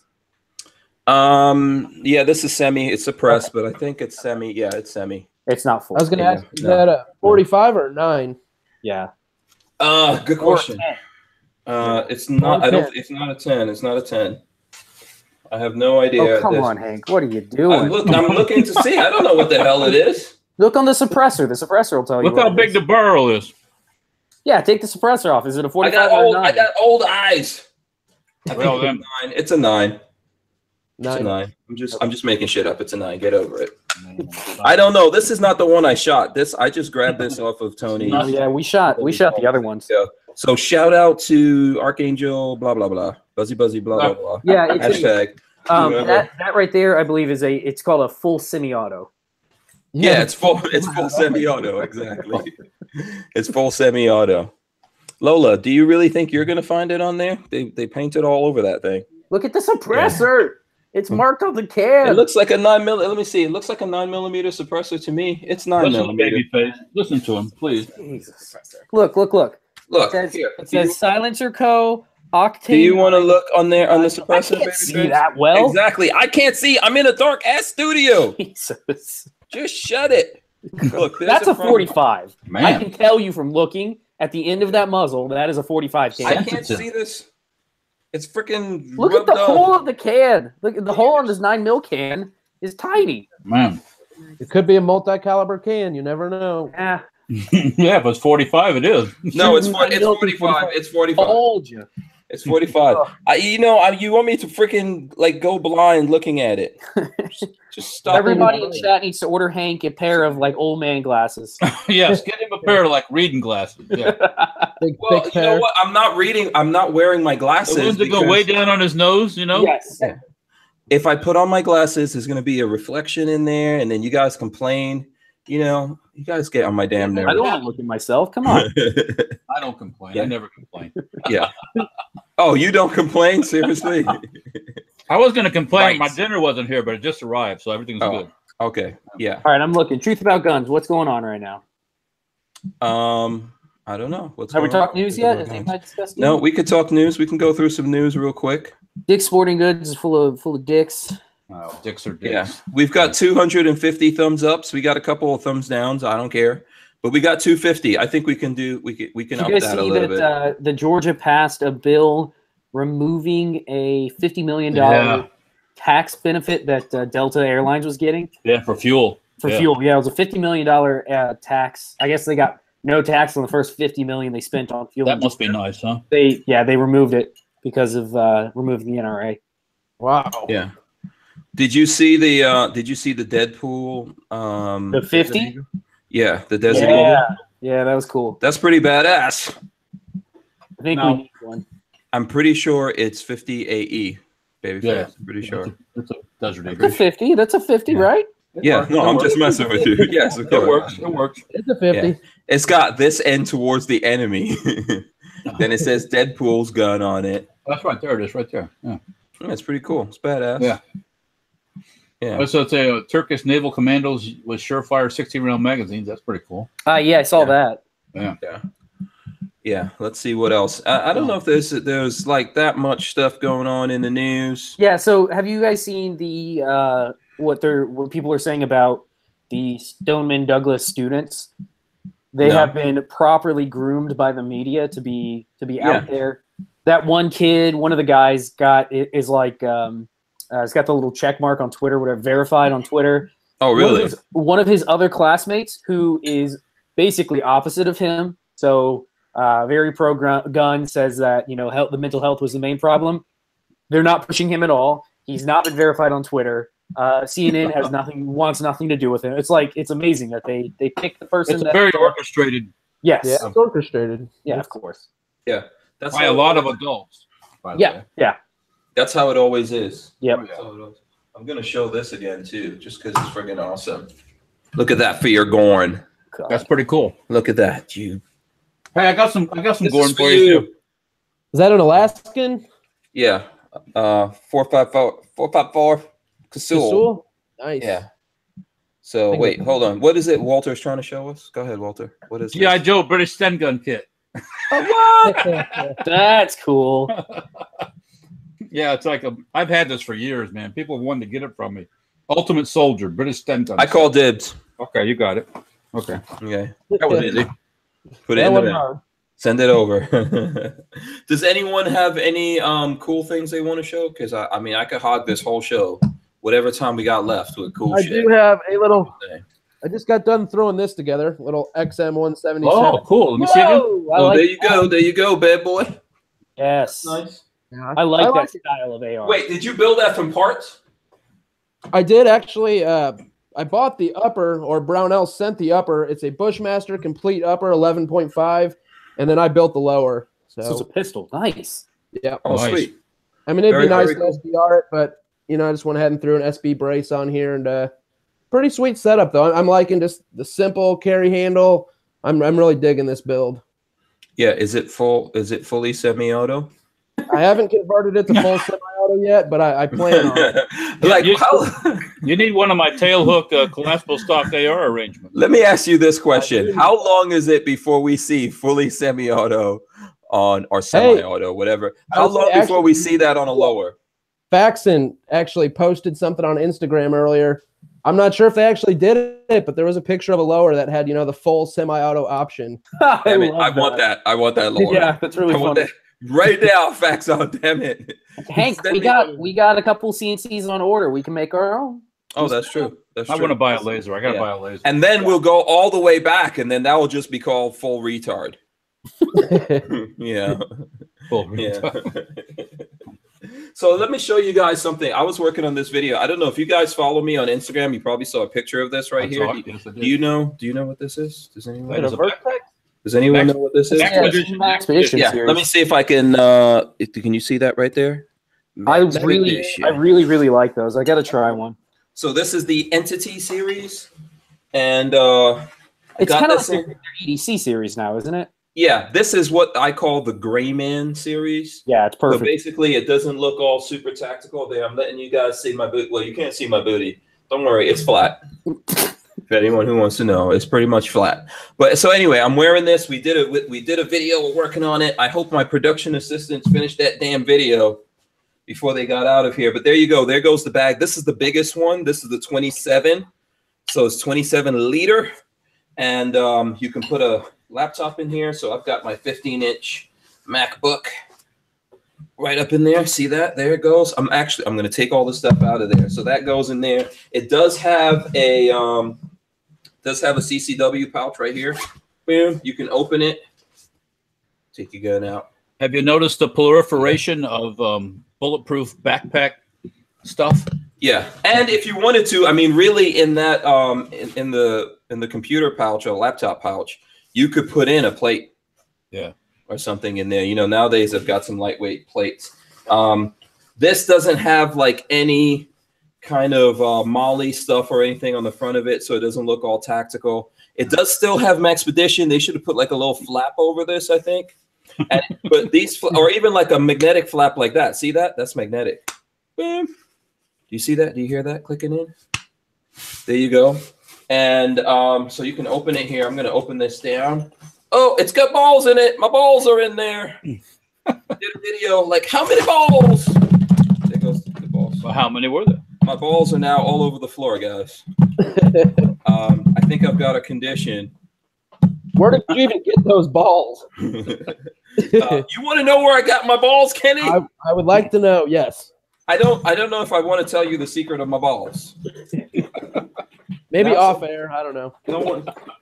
Someone's gonna have to pick up all these balls. But there you go. We actually counted how many balls we were able to get in here. I think it's something close to 90. And then this also has like two like you can call it water bottle pouches or whatever. On the flip side of it, you can put a lot of things in there. It's got one on each side. So altogether, this whole bag takes something like, I think, 108. It could take 108 of those balls for anyone that wants to know. Lots of cool pockets in it. And so since there's no molly straps on the outside in here, there is a hook and loop backing thing here that you can get all of these things from the AGR line. Cool. Boom, put it on there and organize it inside. It's about $220 for anyone who. Does it have the waist strap? I always have to have that waist Yeah. strap. I love that. It does have the waist strap right there, and then it also has the it has a chest one as well. Nice. You just touched it. Yeah. Oh, there it goes, right there. It's right there. It's got it. And then inside, there's actually a bridge that you can. The citizenship? No, there's these little bridges that you can put on either side that you can lock on. So when you open it like that, it won't open all the way. See that? that keeps it from opening up all the way and all your stuff dropping out if you don't want Nice. it to open up all the way. So lots of cool things in that. So real quick Sure. segue here. A couple people in chat were talking about REI, the outdoors company. Oh yeah. Did you see the news about them no longer providing or no longer getting stuff from Vista Outdoor, any of their brands, which are some like major brands? It's like Camelback, Bell, which makes helmets, Giro, and then you go over to the website. They have Bushnell, Millet, Bye, REI. Butler Creek, Hobbies, Otter brand, CCI, Blazer. Yeah, it's like that is Bye-bye. just because they don't like half of their company, which is the gun aspect. It's crazy that they would remove all of their products, which are a major player in all the industries, all outdoor industries. Yeah. So who did this? Who did what here? REI is the store. So they're the store. So they stopped doing it, right? They stopped bringing in Vista Outdoor branded products. So anything that was under Vista Outdoors, they will no longer have in their stores. Where the hell are these REI stores? Because We don't have one in Florida, so I don't think It's a big online presence too. Yeah, it's major online place. Oh, okay. Well, screw It's that. it's not a big deal. They're going to lose profits for sure. Oh yeah. Yeah. Oh yeah. I mean, just bicycle helmets, like Bell bicycle helmets, are like the ones you always get your kids. Everybody buys that as like their first bike helmet for their kid. Like, Yeah, that's like, yep. These That's- corporate types are so stupid that they don't realize this is all being falsely generated. It's not what the people are. It's crap. But they immediately, oh my God, they jump. So Yeah. They jump on the bandwagon. Yeah. Listen, whoever does that just should not get our business. They obviously don't care about our REI business. will no longer get any of that. Yeah, they just care about those guys' business. So you know what? Screw them. They obviously don't need our business. Don't give it to them anymore. Anyone connected to this, even Walmart coming out with crap. Okay, screw them. Yeah, I don't Yeah. need to shop at Walmart that much. Yeah, I'll do my best to go to Publix or some other place. yeah. Lola, no more Walmart for you. Oh, poor Lola. Come on. There you go. All right, guys. This is a good long Did pizza conversation. come? You're leaving us? Pizza is here. I'm heading out. Oh wow. Oh, damn you. Yeah. All I gotta eat right. my Chinese by myself. Come on. Good talking to you, Kenny. And Nice talking to you, man. thank you, All right, guys. man. I will see you guys next week. All right. See ya. Oh no, I'll see see ya. you guys on Sunday, right? Sunday. Yes. We're going to the rally in Tally. That's right. All right. Bye. All right. See ya. See ya. All right. So if you guys want to know anything about the rally in Tally, it's happening this Sunday in Tallahassee. Go to Facebook and search rally or hashtag rally in Tally. There's going to be lots of info there. We encourage you guys to come down. I'm going to be there. Lola's going to be there. Babyface is going to be there. So if you're here in Florida, you can come down and visit us at that. The question is, are you going to be filming the rally and tally? Not really. You know what? I'm not really gonna film it because we're going there we're going there for a different purpose. I'm sure people will be filming it, but I don't think we're gonna be doing that, right? I don't know. Maybe I'll take my camera or something like I that. was just curious. I mean, Yeah. Yeah, maybe I'll vlog it or whatever, but I think more people will probably have phones and there'll be some live stuff. Maybe I'll do some live stuff from there. Probably so. Depends on how my signal is when I get out there. So I'll do something. I was just going to go out there and protest, but I guess you're probably right. I'll bring some of it to the people. We'll see. Yeah. People would like to see it. I think it's cool you guys are doing that. Hopefully it turns out to be a big movement. I watched your episode. When was it? Last night? You had the guys on that organized it? I think the Wednesday. Wednesday? Yeah. But yeah, I think it's cool you guys are doing that, man. That's what it takes. Everybody's got to come together and stand up. Yeah, get together, let your local politicians know if you can't make things like this event, make sure that you're giving them feedback, calling them, visiting them, texting them, sending them messages on Facebook and Twitter, whatever the hell they have. Most of them have Instagram, believe it or not. I believe it. Yeah, so definitely reach out to them and let them know what we think. And this is not a one-sided story, that we also have an opinion here. So there you go. Walter, what's been going on with you, man? I know you were sending me some pictures. You want to anything that you want to share on here? I don't know if we're. I sent the real Dirty Harry Mhm. on Instagram, one of my CZ stocks, and he sent me some photos back, and he loves it. I say, I just talked to him about an hour ago. He sent me a picture of it, and it looks good, man. Thank you. So that's the tail hook version. we also make a regular stocked version for the guys that have SBRs. Yeah. But, is he posting any of that on Instagram yet? I don't know. I don't know if he's already. Oh, Yeah, okay, cool. okay.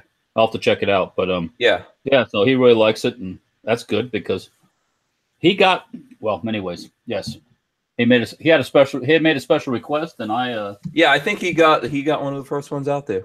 no, well, we've shipped some other ones out, but right now we're making some more parts. Okay. So but yeah, I would say he jumped in front of some people, but Yeah. you know. I know, like this guy. I got a scorpion back here that needs one too. Yeah. I'm saying, All right, Walter. Like a well, we chopped liver?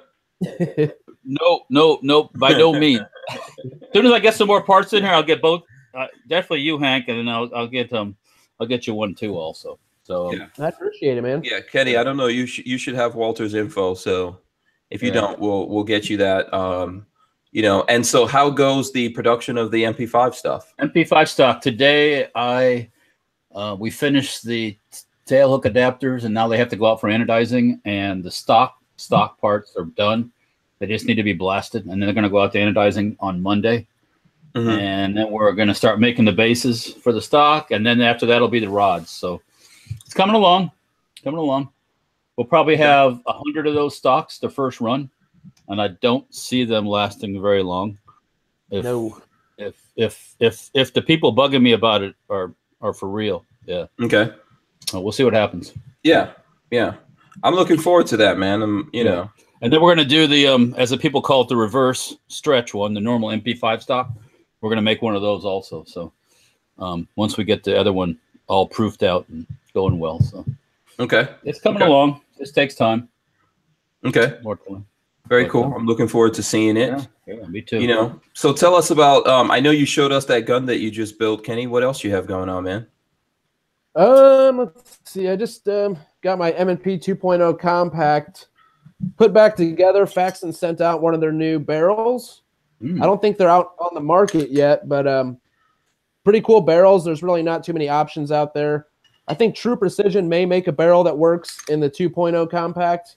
I'm not positive on that, but pretty excited about this 2.0 compact as well. I've had this for a few months now, and I'm really liking it. I don't know if you guys are a fan of M&Ps or not, but Yeah, I don't have one myself. Yeah, I like the M&Ps. I personally haven't switched over, but I like them. I think they're really coming up as a competitor to the Glock, right? Did you ever?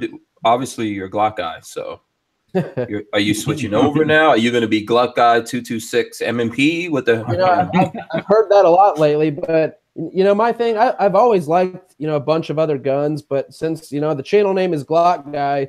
A lot of people, there's people that don't like Glocks, so they see that and they don't look at you. Away. Exactly. So, this year I said I'm really going to focus on bringing a lot of different guns on the channel. So I'm kind of just venturing out there and seeing what's out there. Yeah. Ultimately, listen, a name is just a name, man. It's your channel. You can do what you want to do. You can call it what you want to. And I think if you make good content, people will come in there, man. That's it. Yeah. Yeah, Lola, I need you to take a picture. I'm gonna do a giveaway that I'm gonna talk about like right now, and I want you to take a picture. I'm not gonna give it away right now. I'm gonna give it away next week. When we come back on Monday. So I want you to take a picture. But here we go. So I told you guys that ATI came on and they're sponsoring the channel. So ATI is sponsoring the channel. This is the AR-15 Strike Force. Right here. Yeah, take a picture. Well, try to take a picture that shows that I'm live, like maybe with the microphone or something, or this microphone or whatever. So Lola's this is going to be happening on it. Come on, Lola. Did they make a small? Did they make a short one of those?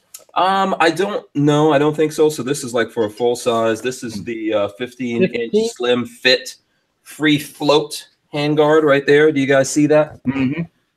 Lola. There's the thumbnail. Yeah. Yeah, so I'm gonna put here. Give me that. I'm gonna actually post this right now while we're talking, and I'm gonna open this box and everything here in a second and show you guys this one.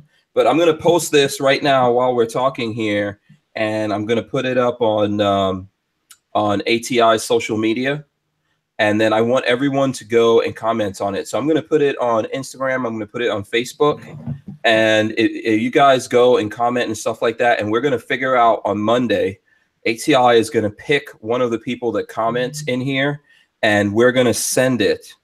Okay, we're going to send this to you, but you have to be part of the email list, and I know how to check. I know how to check it. So I'm going to do that while we're okay, Lola, you're good. You can go back over there now. Don't. All right. Off the chat, Gorillas and Guns asked if I make a 50 caliber conversion for a high point. Well, okay. Do you? I laughed. No. Yeah. Right. Yeah. That would be nice.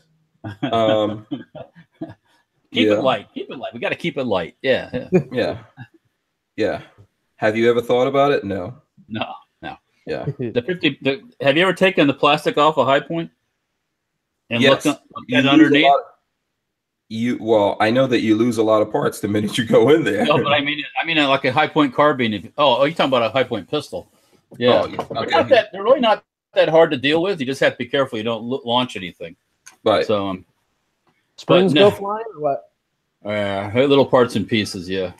Yeah, you guys take over this conversation. I have to like fully concentrate. Whenever I'm posting, it's like brilliance. It's the kind of genius in action. You guys just see like fire beams coming out of my eyes or something. That's because there's a lot of brilliance and geniosity going on, like right back here.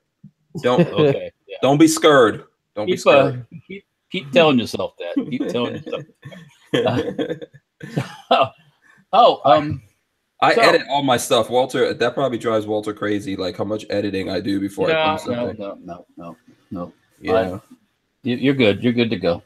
Yeah. No. So I super edit. I super edit my stuff, but I try to make it not look like too edited. You got to make it all Pam, pretty as a monk. Yeah, exactly, exactly.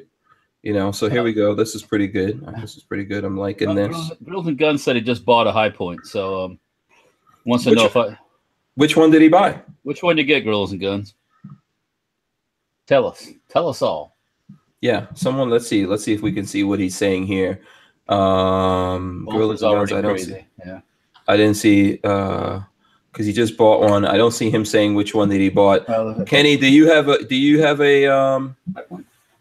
Yeah, no. What is this? No, Kenny I don't have a high point. Someone in the chat asked if I'd show my Scorpion, so I was just going and grabbing that. Oh, cool. I got your Scorpion right here. Right here. No, I just threw this SB Tactical folding stock on here, and I do like it. It's pretty sweet. I think the tail hook looks better, in my opinion. I've never ran one, so I can't personally speak on that, but I definitely would be interested in checking one of yours out, Walter. Okay. All right. But got an HBI trigger in here, HBI rail. I'm thinking of doing the micro K conversion. I don't know if you've ever have you done one of those, Walter? No, but the original Dirty Harry's post pictures of that's what he did his on with my stock. So that's cool. Yeah. It looks pretty sick. But I love this package. I could fold it up, throw it in a backpack, and pretty much can't keep enough 9mm around with one of these things. The only thing about my collapsible stock is that sling loop in the back by your finger there. Yeah, here. Yeah, it has to come off. And I'd be fine with that. I don't run it. I think Parker Mountain Machine makes QD sling sockets that could go there. I have one here, but I really don't run a sling on this too often. Well, my stock has QD mounts on both sides, so. Oh, really? Yeah. Well, that'd be perfect then. Yeah. What part of the world should this post be from? Like, let's just pick a crazy part of the world. Greenland. Greenland? Greenland. Yeah. Somewhere in Greenland. Iceland, Greenland, something like that. Yeah. Iceland. That'd be cool. Yeah. I never think of that, adding, a cool place. Yeah, I tried to. Just not as Reykjavik. Yes. Yeah, I put Reykjavik in there. Reykjavik, yeah. Yeah, there you go. Usually if I'm like posting about a Czech gun, I try to pick a Czech city. Right. Or a Yugo gun like Serbia or Bosnia or something like that. But right. That's good. I'm gonna tag you in this one too, Glock Guy. Glock Guy 226 tagged you right there. Tagging Lola. Eritrea. Will Killer Fellow says Eritrea. Eritrea. No, it's too late for that. We already picked Reykjavik. Yeah, we already picked that one. Next time, Will Killer Keller, you're too slow. Well, that's that delay he complains to me about. So between us talking and what they see, so. Oh, Oh, I thought you were going to say his internet is too slow. No, he's got a normal connection. So okay. Speaking of, I need to turn this off here. Sometimes I'll plug in the cable for the network connection, and I don't turn the Wi-Fi off. So gotta remember to do that. Yeah. But anyhow, here we go. No, I'm just putting this all together. Going nationwide. Do you see the genius? Do you see the electricity coming out of my brain? Mm-hmm. Tesla, you got Tesla beams coming out of you. Yeah. Hey Walter, no. I did see the other night where you got a Mosin for what, $100? Yeah. Boom. The hex receiver, and I think what you say it's not matching, but heck, $100 for a Mosin with a bayonet and a cleaning rod. As soon as he said $100 out of his mouth, I said $100, and he goes, "Yeah, I'll take it." Like that. Yes, I couldn't get the $100 bill out of my pocket fast enough. That's what happened to me too. So it's a cool gun, and it's another cool part about it. It's a thin capture, so it's got the SA stamp on it also. So it came from Finland. Nice. So I'm happy with it. I've got a couple of them, but it's always nice to have different ones. So. Yeah, and I've had some in the past, but I would like to pick another one up. I don't want to say they're cheap anymore. I think my local shop has them for like $300, and I just refuse to pay that for a Mosin. It's like I'm not doing it, But I do want another one just to have. Yeah, I at the moment, the prices are like, what? Really?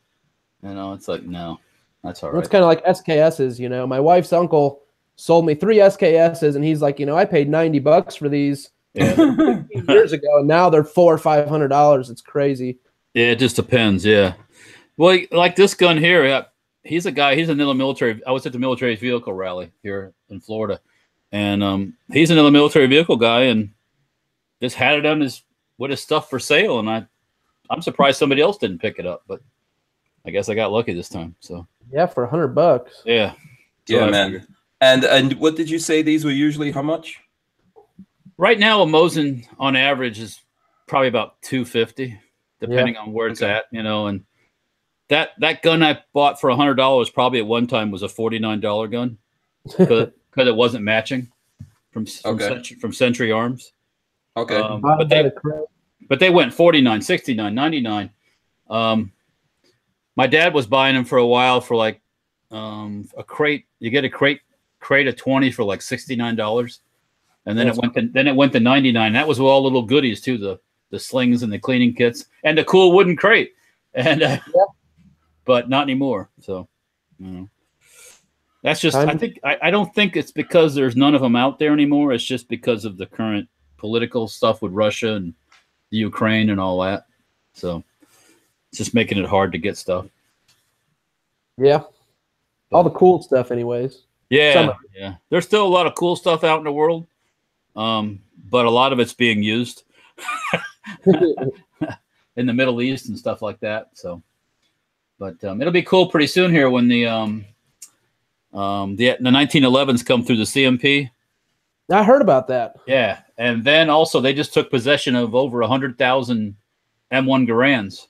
Really? So they got like 88,000 from the Philippines and 18 or 20,000 from Turkey. Damn. So they're gonna be selling those too. So that'll be cool. So those are all coming up. They're all coming up. Yep. And then you have to be in the program though. Well, you got to be a member of an associate or an approved organization, and then just jump through some hoops and fill out paperwork and all that stuff. And it's not hard to do. You just got to follow the instructions. So, and you can join an organization like in Florida here for $20, and it's approved, and that qualifies for the organization part. And you got to verify your form of ID has to be notarized, and then you send all that stuff off to them, and boom, you get done. It's cool. Okay. Yeah. Okay. Very cool. Okay, guys, I just posted that. Okay. All right. So everyone knows, everyone watching this, let's run a little experiment. I hope all you guys you have your email address in on hankstrange.tv. That's the first thing you need to do. Get your email address in there. Okay, I'm going to give this over the weekend. So that's going to be, I don't know, roughly like 48 hours-ish. right? And well, yeah, a little bit more than that, obviously. I don't know, but we're gonna give it over the weekend. It's on my Instagram. It's on Hank Strange, Instagram/Hank Strange. I also put it on Facebook/Hank Strange. I invite you guys to do a couple of things. So go there, like and comment on those posts, either on Instagram or on Facebook. Let's see, Walter's locking it in there. Walter can see it. There it goes. Is that from Instagram or Facebook? That's pull Instagram, it out. man. Yeah, Instagram. pull it out a little bit. It's too close. There you go, right there. Oh, look at that handsome That's some guy. scary shit, man. I'll tell you what. So here's what you do. Go on Instagram. You just lost ATI. That's it. Yeah. They're like, wait a second. So go over there, go to Instagram and like that and share that and everything. When you're on Instagram, it would be also nice if you click through the if you click on where I tagged ATI, you can go to their Instagram page and say, hey, you know, I found out about you from Hank Strange. Same thing on Facebook. You could click on where I tagged ATI on Facebook and go there and say, I found out about you from Hank Strange. And what I'm going to do is, you know, in exchange for you guys doing that, someone on Monday, I'm going to give this to you. We're going to send it to you. Okay, so ATI is going to tell me someone on there that they're going to pick out one of the comments either on Instagram or on Facebook. And they're going to tell me that person. And then I'm going to go verify. I'm going to get in touch with you and verify your email address and make sure that it's in the email list. And then we're going to send this to you. You know, so we're seeing how that goes. And I'm going to open it right now and fondle it. What do you guys think about that? Here, you can fondle this in the meantime. Yeah. Okay. So this is the picture of your That's a real Dirty Harry poster. Yeah. Come out just a little bit so you can see just a little, just right there. Okay. Very cool. Yeah, he got the Battleship Gray Scorpion. Yeah, that's what I was gonna say. Is it so? Yeah, that's a real that one's real short. I don't know. Yeah, it's got that short handguard. Does he? Yeah, he is that an aftermarket handguard that he has on there? Oh, okay. That is badass. I think it is. It is. I'm thinking about doing Holy it. The crap! This thing is light. The company that makes those, HB Industries, I talked to them I think a week ago, and I think they said they're short on barrels right now to do the K conversion. But after he did it, I really would like to do it to mine as well. I probably could shorten a barrel. So I'm going in here. I'm gonna totally fondle up someone out there. This is your future handguard. Looks pretty good. Hey Alexis, if you're listening, join the thing, man. She wants me to build her an AR. So. Yeah, there you go, Alexis. If you win this, you know, you could get and there's this is very slick, so it's nicely lubed up so that there's no. Can you guys see that? It's nicely lubed up so that it doesn't get rusty or anything like that. Very light. It's aluminum, man. It's aluminum. It don't rust. Yeah, I don't know. It's got lube on it. Can you? It's got oil on it. Yeah, it's got oil on it. So there you go. It's very oily. It's aluminium. It looks good. Aluminum. So there you go. Looks good. It's very lightweight. I mean, the only weight I could really feel on this is over here. So on this side of it. That's cool. Definitely looks good. Looks really slim too. Yeah, there you go. So this handguard is going to belong to someone. Let me gently put it back. I got my fingerprints all over it. Got your DNA, man. It's good to go. There you go. Hank Strange fingerprints. You can just put like some shellac or clear coat on it now. And you could say, I got Hank Strange fingerprints. Fingerprints for perpetuity or proven forever. Forever. Yeah, there you go. So very lightweight. This is going to go to someone. And let me know who's already out there doing it and all that kind of stuff. We're going to see. The reason why we're doing all this is, you know, when companies come on and help us out. And one thing about ATI is I just got ATI to come on board and do stuff with us in the middle. And then like a day or two after that, YouTube killed my channel. So, and the cool thing is that, hey, you know, they stuck with me.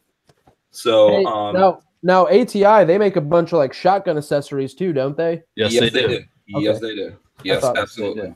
Yeah, they do. And we're going to show that. We're going to do some builds with some of their stuff.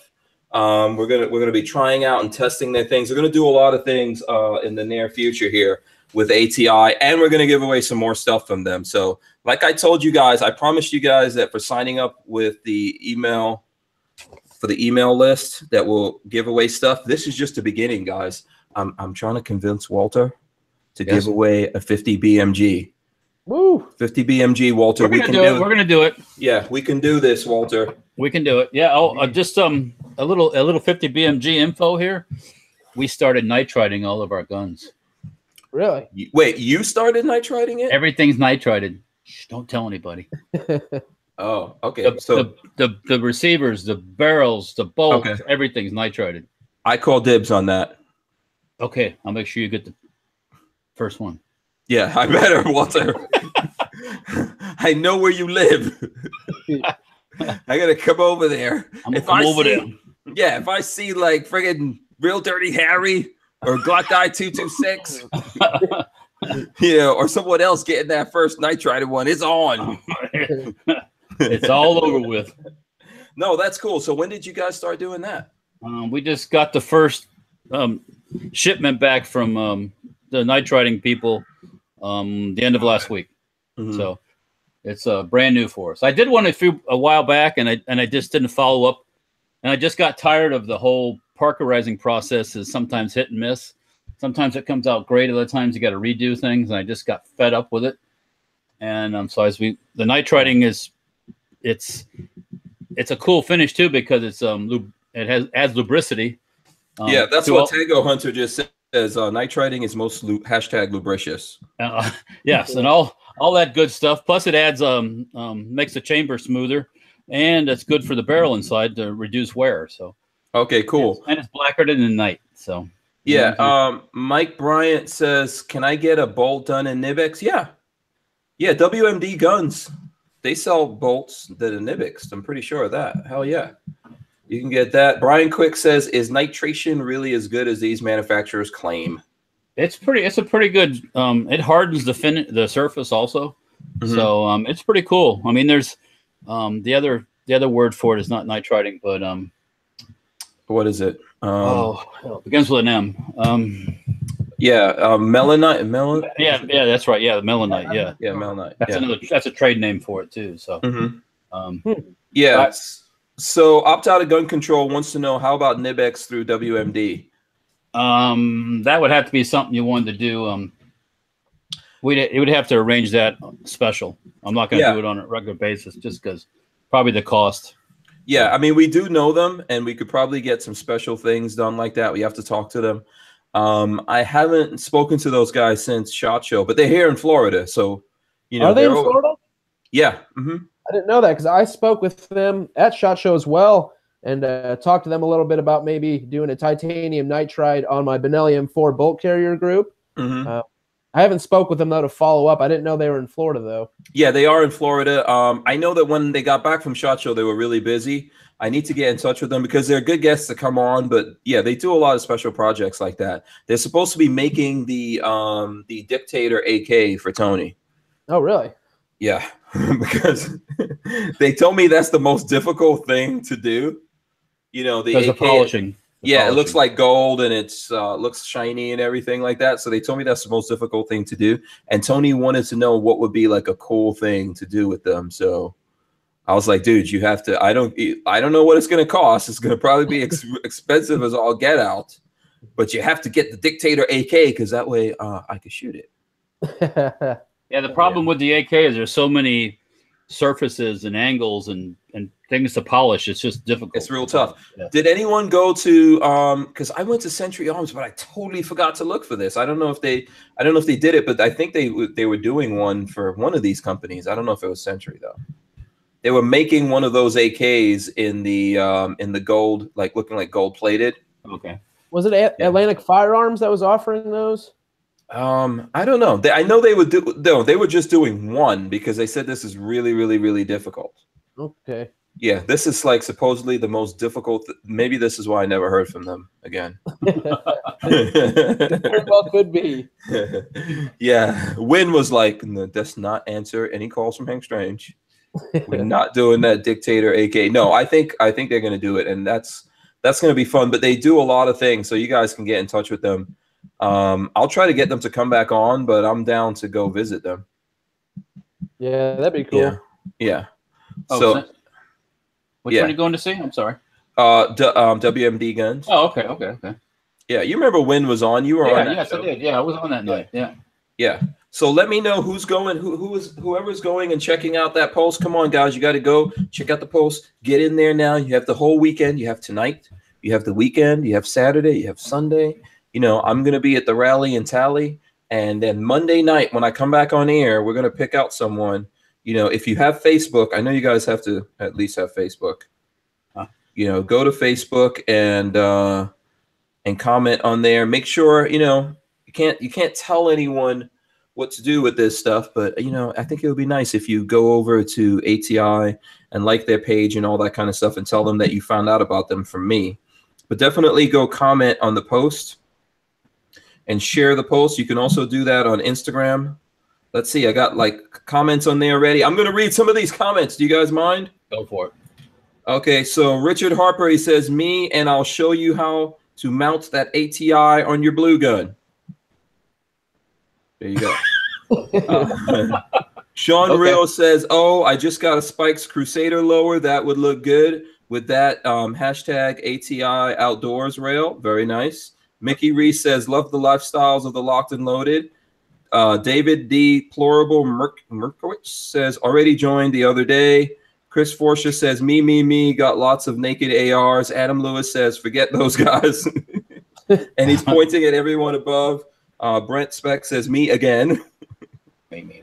Yeah, Devin Simpson says, done, thumbs ups. Christian Gress says, woohoo. So there you go. That's the folks that went on Facebook. So let's check out the Instagram and see what's going on the Instagram. On the grams. There's a BF Spec says, pick me. Minuteman Tactics says, oddly enough, the thing that popped out to me were the ball pit balls on the shelf. Uncle Mike 5012 says yes. Fred Clear says, what you doing in Reykjavik?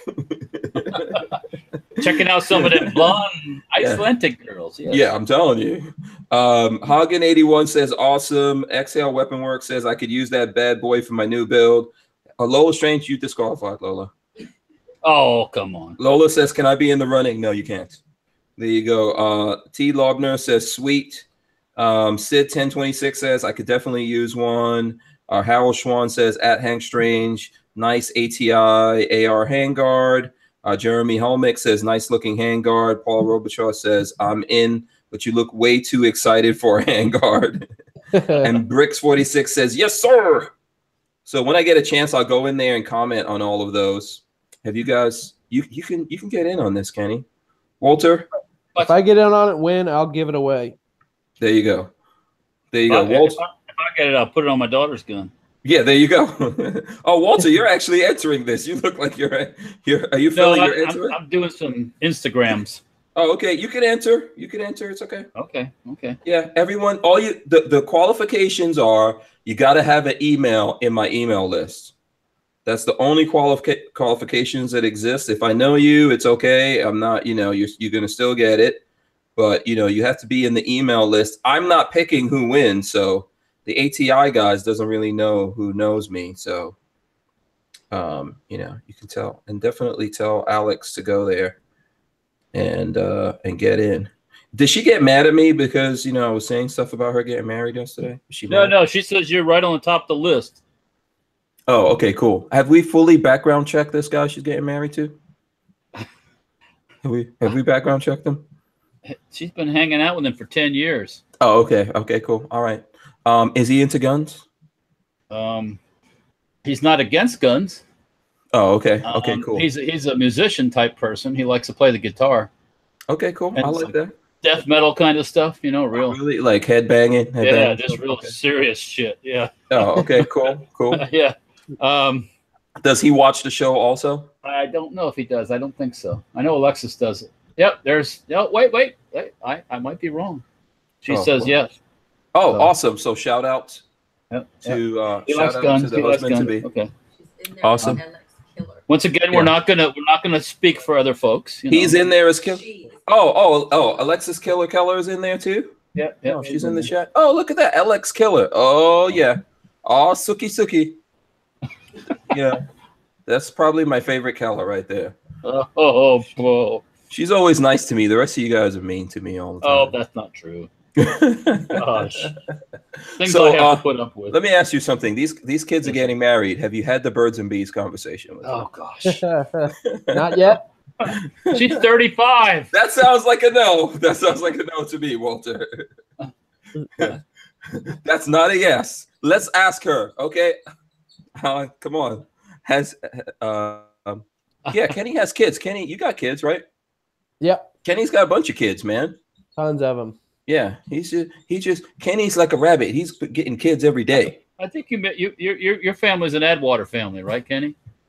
Oh, your wife had the children prior to marriage. Is that what you said before? Or? Yep. Okay. We have my wife has 2 kids, but yeah, you know, I'm a step parent, but man, it's just as much of a job. Yeah. Oh yeah. Oh, okay. So so your wife had kids, and then the 2 of you have kids together, right? Nope, she just had 2 kids. We don't have any kids. I personally don't have any kids. Okay. So That's why I use the term Adwater family because because I don't know what the hell that means. You know, that's what I use for just get married and you have kids. Boom. Add water. Add water. Yeah. You just okay. Okay. It's just right now thinking. That's my way of thinking. Yeah. Okay. So Kenny, have you had the birds and the bees conversation with these kids? Not yet. They're 10 and 11. Hopefully that's a few years down the road. Oh, okay. Okay, cool. If you need any help in this situation, no. Okay. Me and Walter, we are good at. Wait. Get me out of this. We had this conversation with my intern. Yeah, the 21-year-old. Yes, yeah. We had this conversation, the birds and the bees conversation, right here live on air. He said it was fun. He had a good time. Yeah, it was funny. That's what it was. Kenny doesn't look like he's looking forward to this at all. These are boy and girl, right, Kenny? What's that? Boy and girl? Yeah, boy and a girl. Yep. Which one 10 do you 11. think? Okay. Who do you think is going to be more difficult to talk to? Well, right now the boy's at a funny age. He's 11, so he's kind of on the fence about girls. He likes them, but he doesn't want to admit it. You know. So I'm always that's cool. There's nothing wrong with that. No, there's no hurry. No hurry. No, that's how we look at it. It's like, you know, if you don't want a girlfriend, that's great. That's fine. Yeah. No. Yeah, plenty of time. Yeah, no. See, that's always an indication that he likes girls. Yeah. It's about to be on. Yeah, he's in denial, but it's funny. But girls are a different story. They're a whole different story, you know. So you're gonna leave that conversation up to your wife? Is that what? That's gonna be for the wife. Yeah. Wise choice. Yeah. So did you ever have this conversation with Alexis, Walter? No, I did not. I did not know. Oh, okay. So do you? Because I could do this for you. I can handle this situation. Oh dear. I mean, you know, I could sit these 2 kids down, give them advice. Yeah, maybe after a couple drinks and make sure we have the video camera running. Yeah. Graphs, charts. Yeah. You know, put some charts up there. Graphs and charts. Yeah. A flow chart, right? A flow chart. Yeah. You know, some what not to do's. I think they got it already. I think they have it. No, that's cool. Did you ever figure out when this is actually happening? It's supposed to be in 19. The date's not chosen exactly yet, so I know I'm going to be financing part of it. So what? Yeah, there goes the tank money. Yeah, gotta pay. Man. That's gun money. You can't be spending gun money on weddings.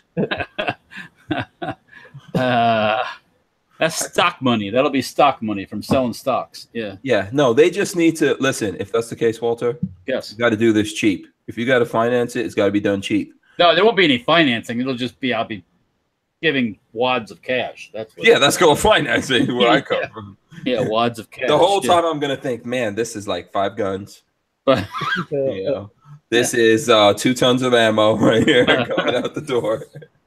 I don't look at it that way, but no, I'm actually kind of easy. Actually, as long as I don't really want to know actually exactly how much it costs. To be honest with you. Oh, really? Okay. Yeah, it's easier that way.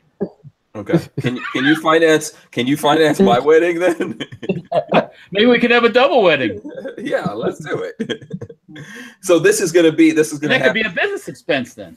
Yeah, absolutely. We can, you know, Lola and I can renew the vows. You know, you and Peggy. Well, you know, why not? We'll all get married. No, have a triple wedding. Yeah. wedding. Well, I'll have to chat with the significant other on that one. But No, it's cool. You know what? we had a church wedding. We had a proper church wedding. So You did? Okay. Yes. Yeah. In Florida? In New Orleans, actually. Oh, okay. This is the only place the Kellers can get married, I take it? I did it where everybody lives.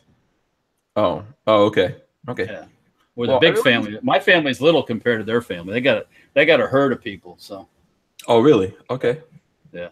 Okay, cool. So we had a proper Catholic church wedding, and yes, I did it all. I did it all to the books. Okay. Everybody was happy. Yes. Yeah, you sound like you don't want to relive this moment. Well, it's just long. That's a long. They have mass and all that stuff, and da. Yeah. Yeah. How'd you guys get married, Kenny? We actually got married on a golf course. No, right. You play golf? No, I don't golf. My wife's grandmother owns a golf course. Oh, it's, cool. It's nice out there. It's pretty. I don't golf, but like I said, it's nice out there. So we got married out there. It was pretty cool.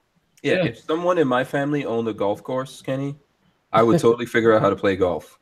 Well, what I do is when it's wintertime, I go out there and shoot, long range 22. I just speaking of golf, I just saw this golf club kind of thing where you put the golf club next to the ball, and it's got like this pneumatic or spring-loaded thing that pops out and launches the ball. Really? You don't even have to swing the club; it just knocks it off. What is wrong with us today? Anything that's easier. I guess, man. Yeah. I always thought it'd be cool to play golf. Like you drop the golf ball on the end of your Mosin with the cup on the end, and you shoot it with the blank. Boom! You aim for the green, and yeah, that's cool. Yeah, I've never actually played golf, but when I was a kid, I was a golf caddy, and that totally cured me of golf forever. Anytime you played like in a predominantly Jewish club? Yeah, well, yeah, I didn't play. I mean, I was a golf caddy there. I'm just not a golf guy. Yeah, I don't like golf. Yeah, no, I do not like golf. Those guys are horrible. I like to go by the golf course and on the green. They're getting ready to swing, and you blow the horn in the car.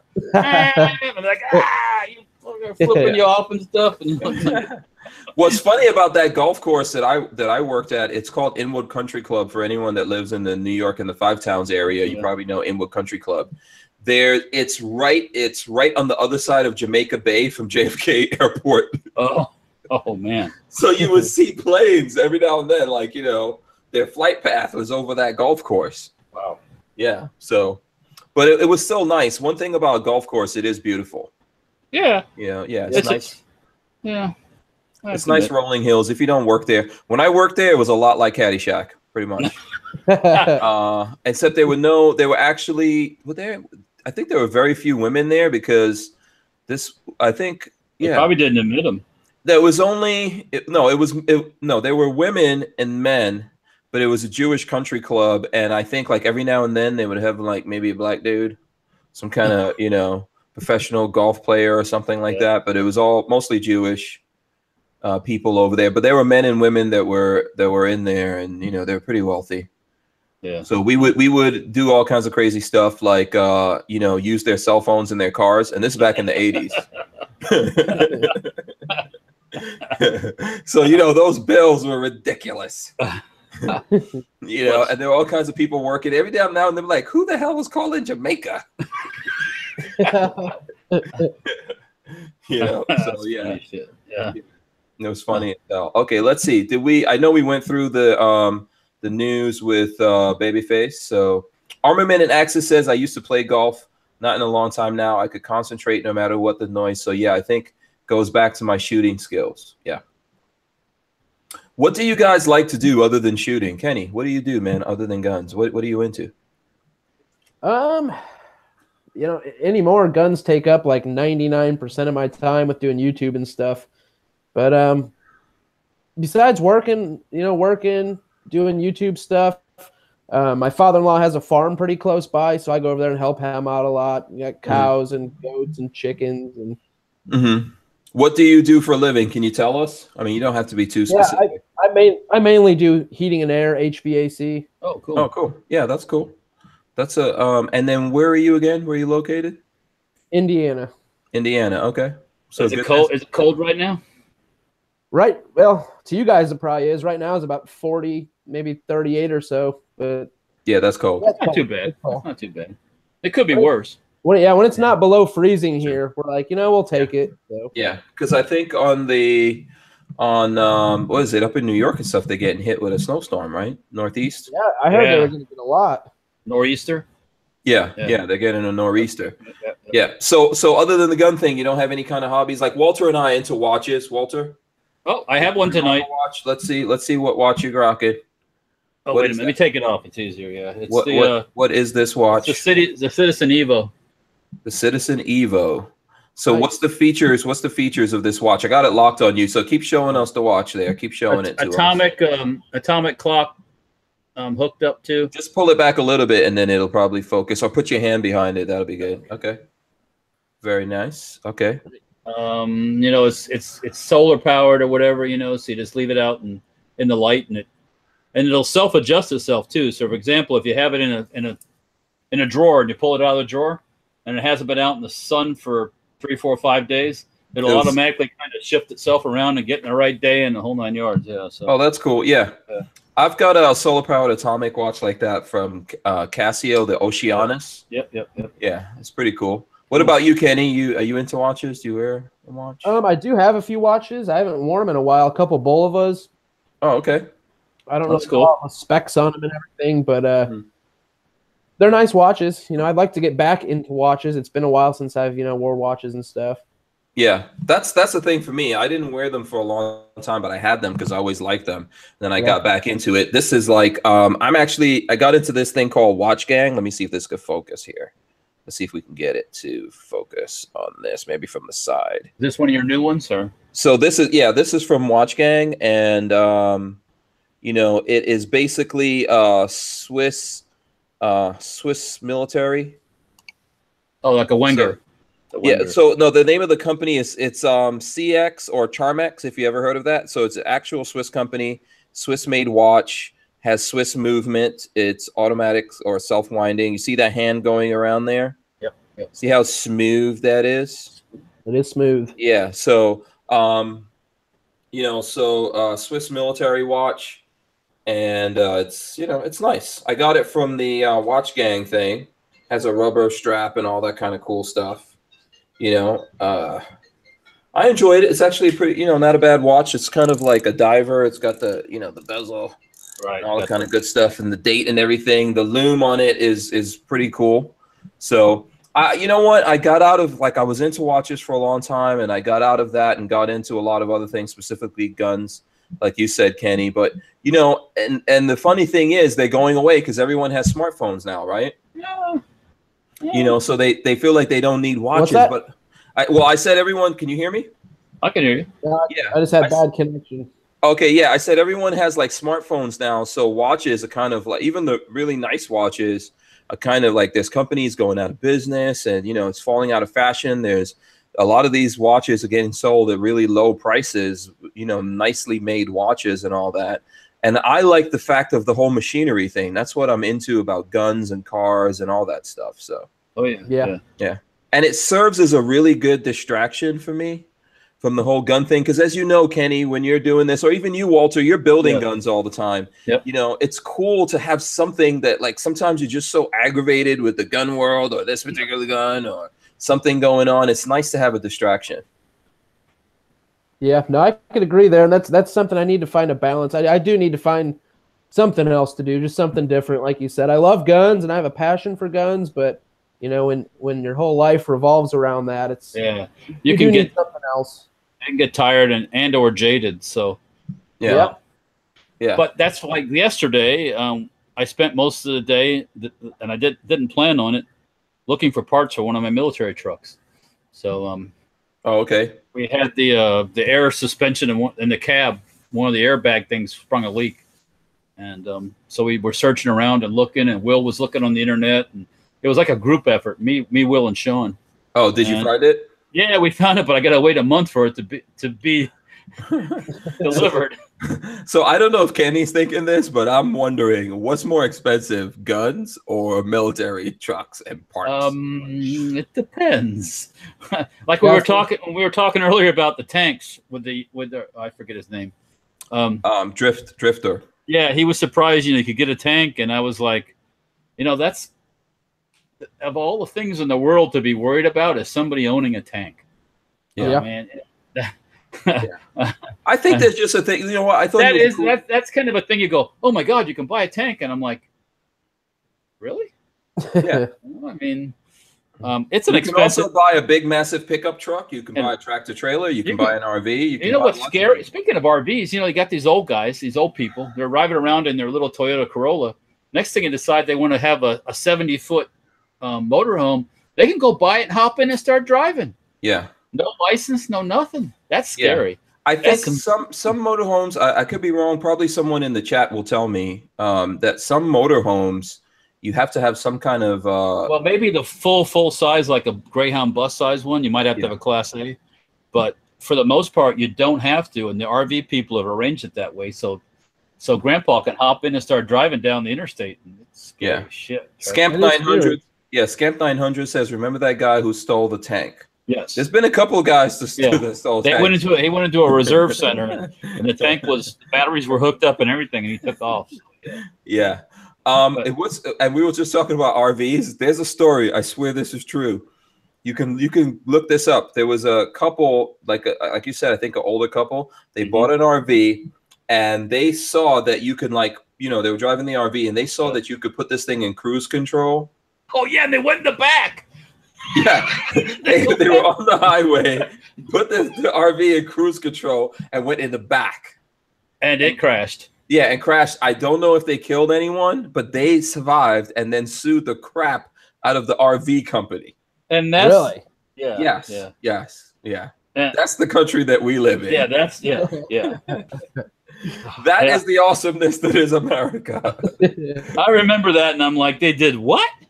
Yeah, because they should put those people under the jail just for trying to sue someone. They should go, you know what? We're giving you an extra 100 years for that nonsense. Yeah, there you go. There you go. So, all right, listen, you know what? I know we've been here for a long time. Let's start wrapping it up.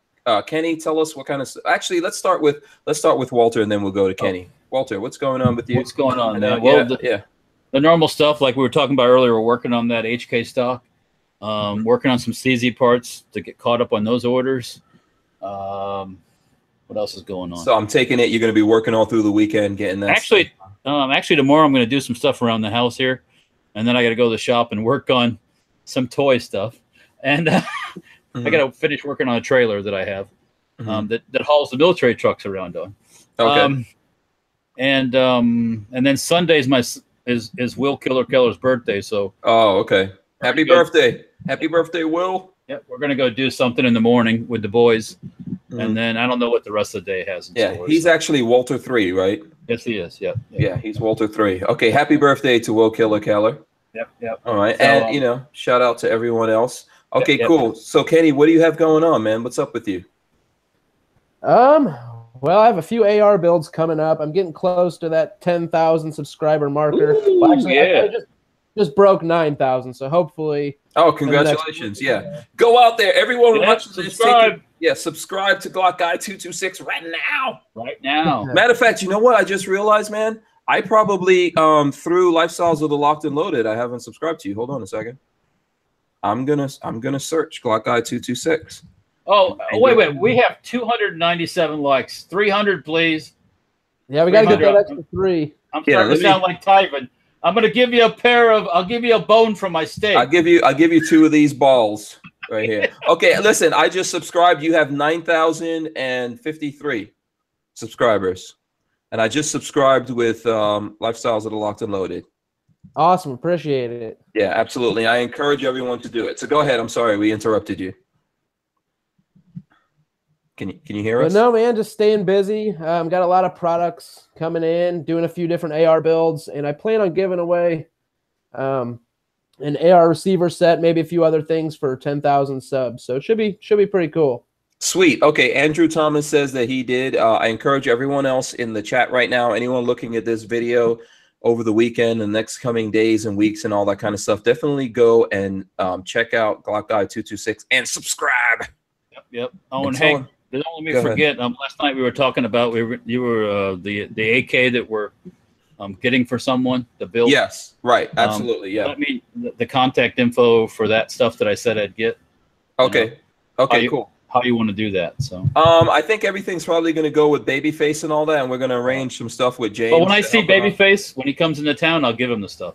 All right, cool. Yeah, and we're gonna put some stuff together as well. And there's other people out there helping it out. You know, he's the one of the people in charge of organizing this rally in Tally. Okay. So you know, he doesn't have a semi-auto rifle. He doesn't have a fully semi-auto rifle either. so we're gonna help him out with that and help make that a reality. You know, he's doing good work out there. So, yep. All right. You know what? I'm gonna, call it a night here and see you guys next weekend. Let me remind everyone to go to hankstrange.tv, submit your email over there right now. We were giving away. Where is it? There it goes. We're giving this away. So what you have to do is go to my post on Instagram and Facebook. And I think I got it the wrong way, probably. Boom. That's the right way. So go to the post there and comment and share and like and all of that kind of stuff. Well, if you're over there, if you feel like it, you might want to follow them on Instagram, ATI Outdoors, as well as on Facebook. And they're going to pick someone next week on Monday. I'm going to ask them to pick out someone, and I'm going to verify that you guys are that person is in the email list, and then they're going to get this. And we're going to keep on doing that because I think having an email list is a good way to keep in touch with your audience when these companies pull the cord on us. So yep. I'm out there doing it. Thanks for Glock Guy 226 for coming in. Thanks, Walter, to you and everyone else at Safety Harbor Firearms. Also, we're sponsored by Andrews Custom Leather, Big Daddy Guns, and of course ATI that we're talking about right now. Shout out to everyone that hung out with us here in the chat. Shout out to Drifter that came on. Shout out to Tyven for arranging Drifter come on. That was really cool of him. He's a huge YouTube channel, 1.3 million. Wow, that's a lot. That is a lot. That's a lot. That's pretty big. So shout out to everyone, and I will see you guys next weekend, or I'll see some of you guys on Sunday at the Rally and Tally. We're out of here. Peace out. Bye.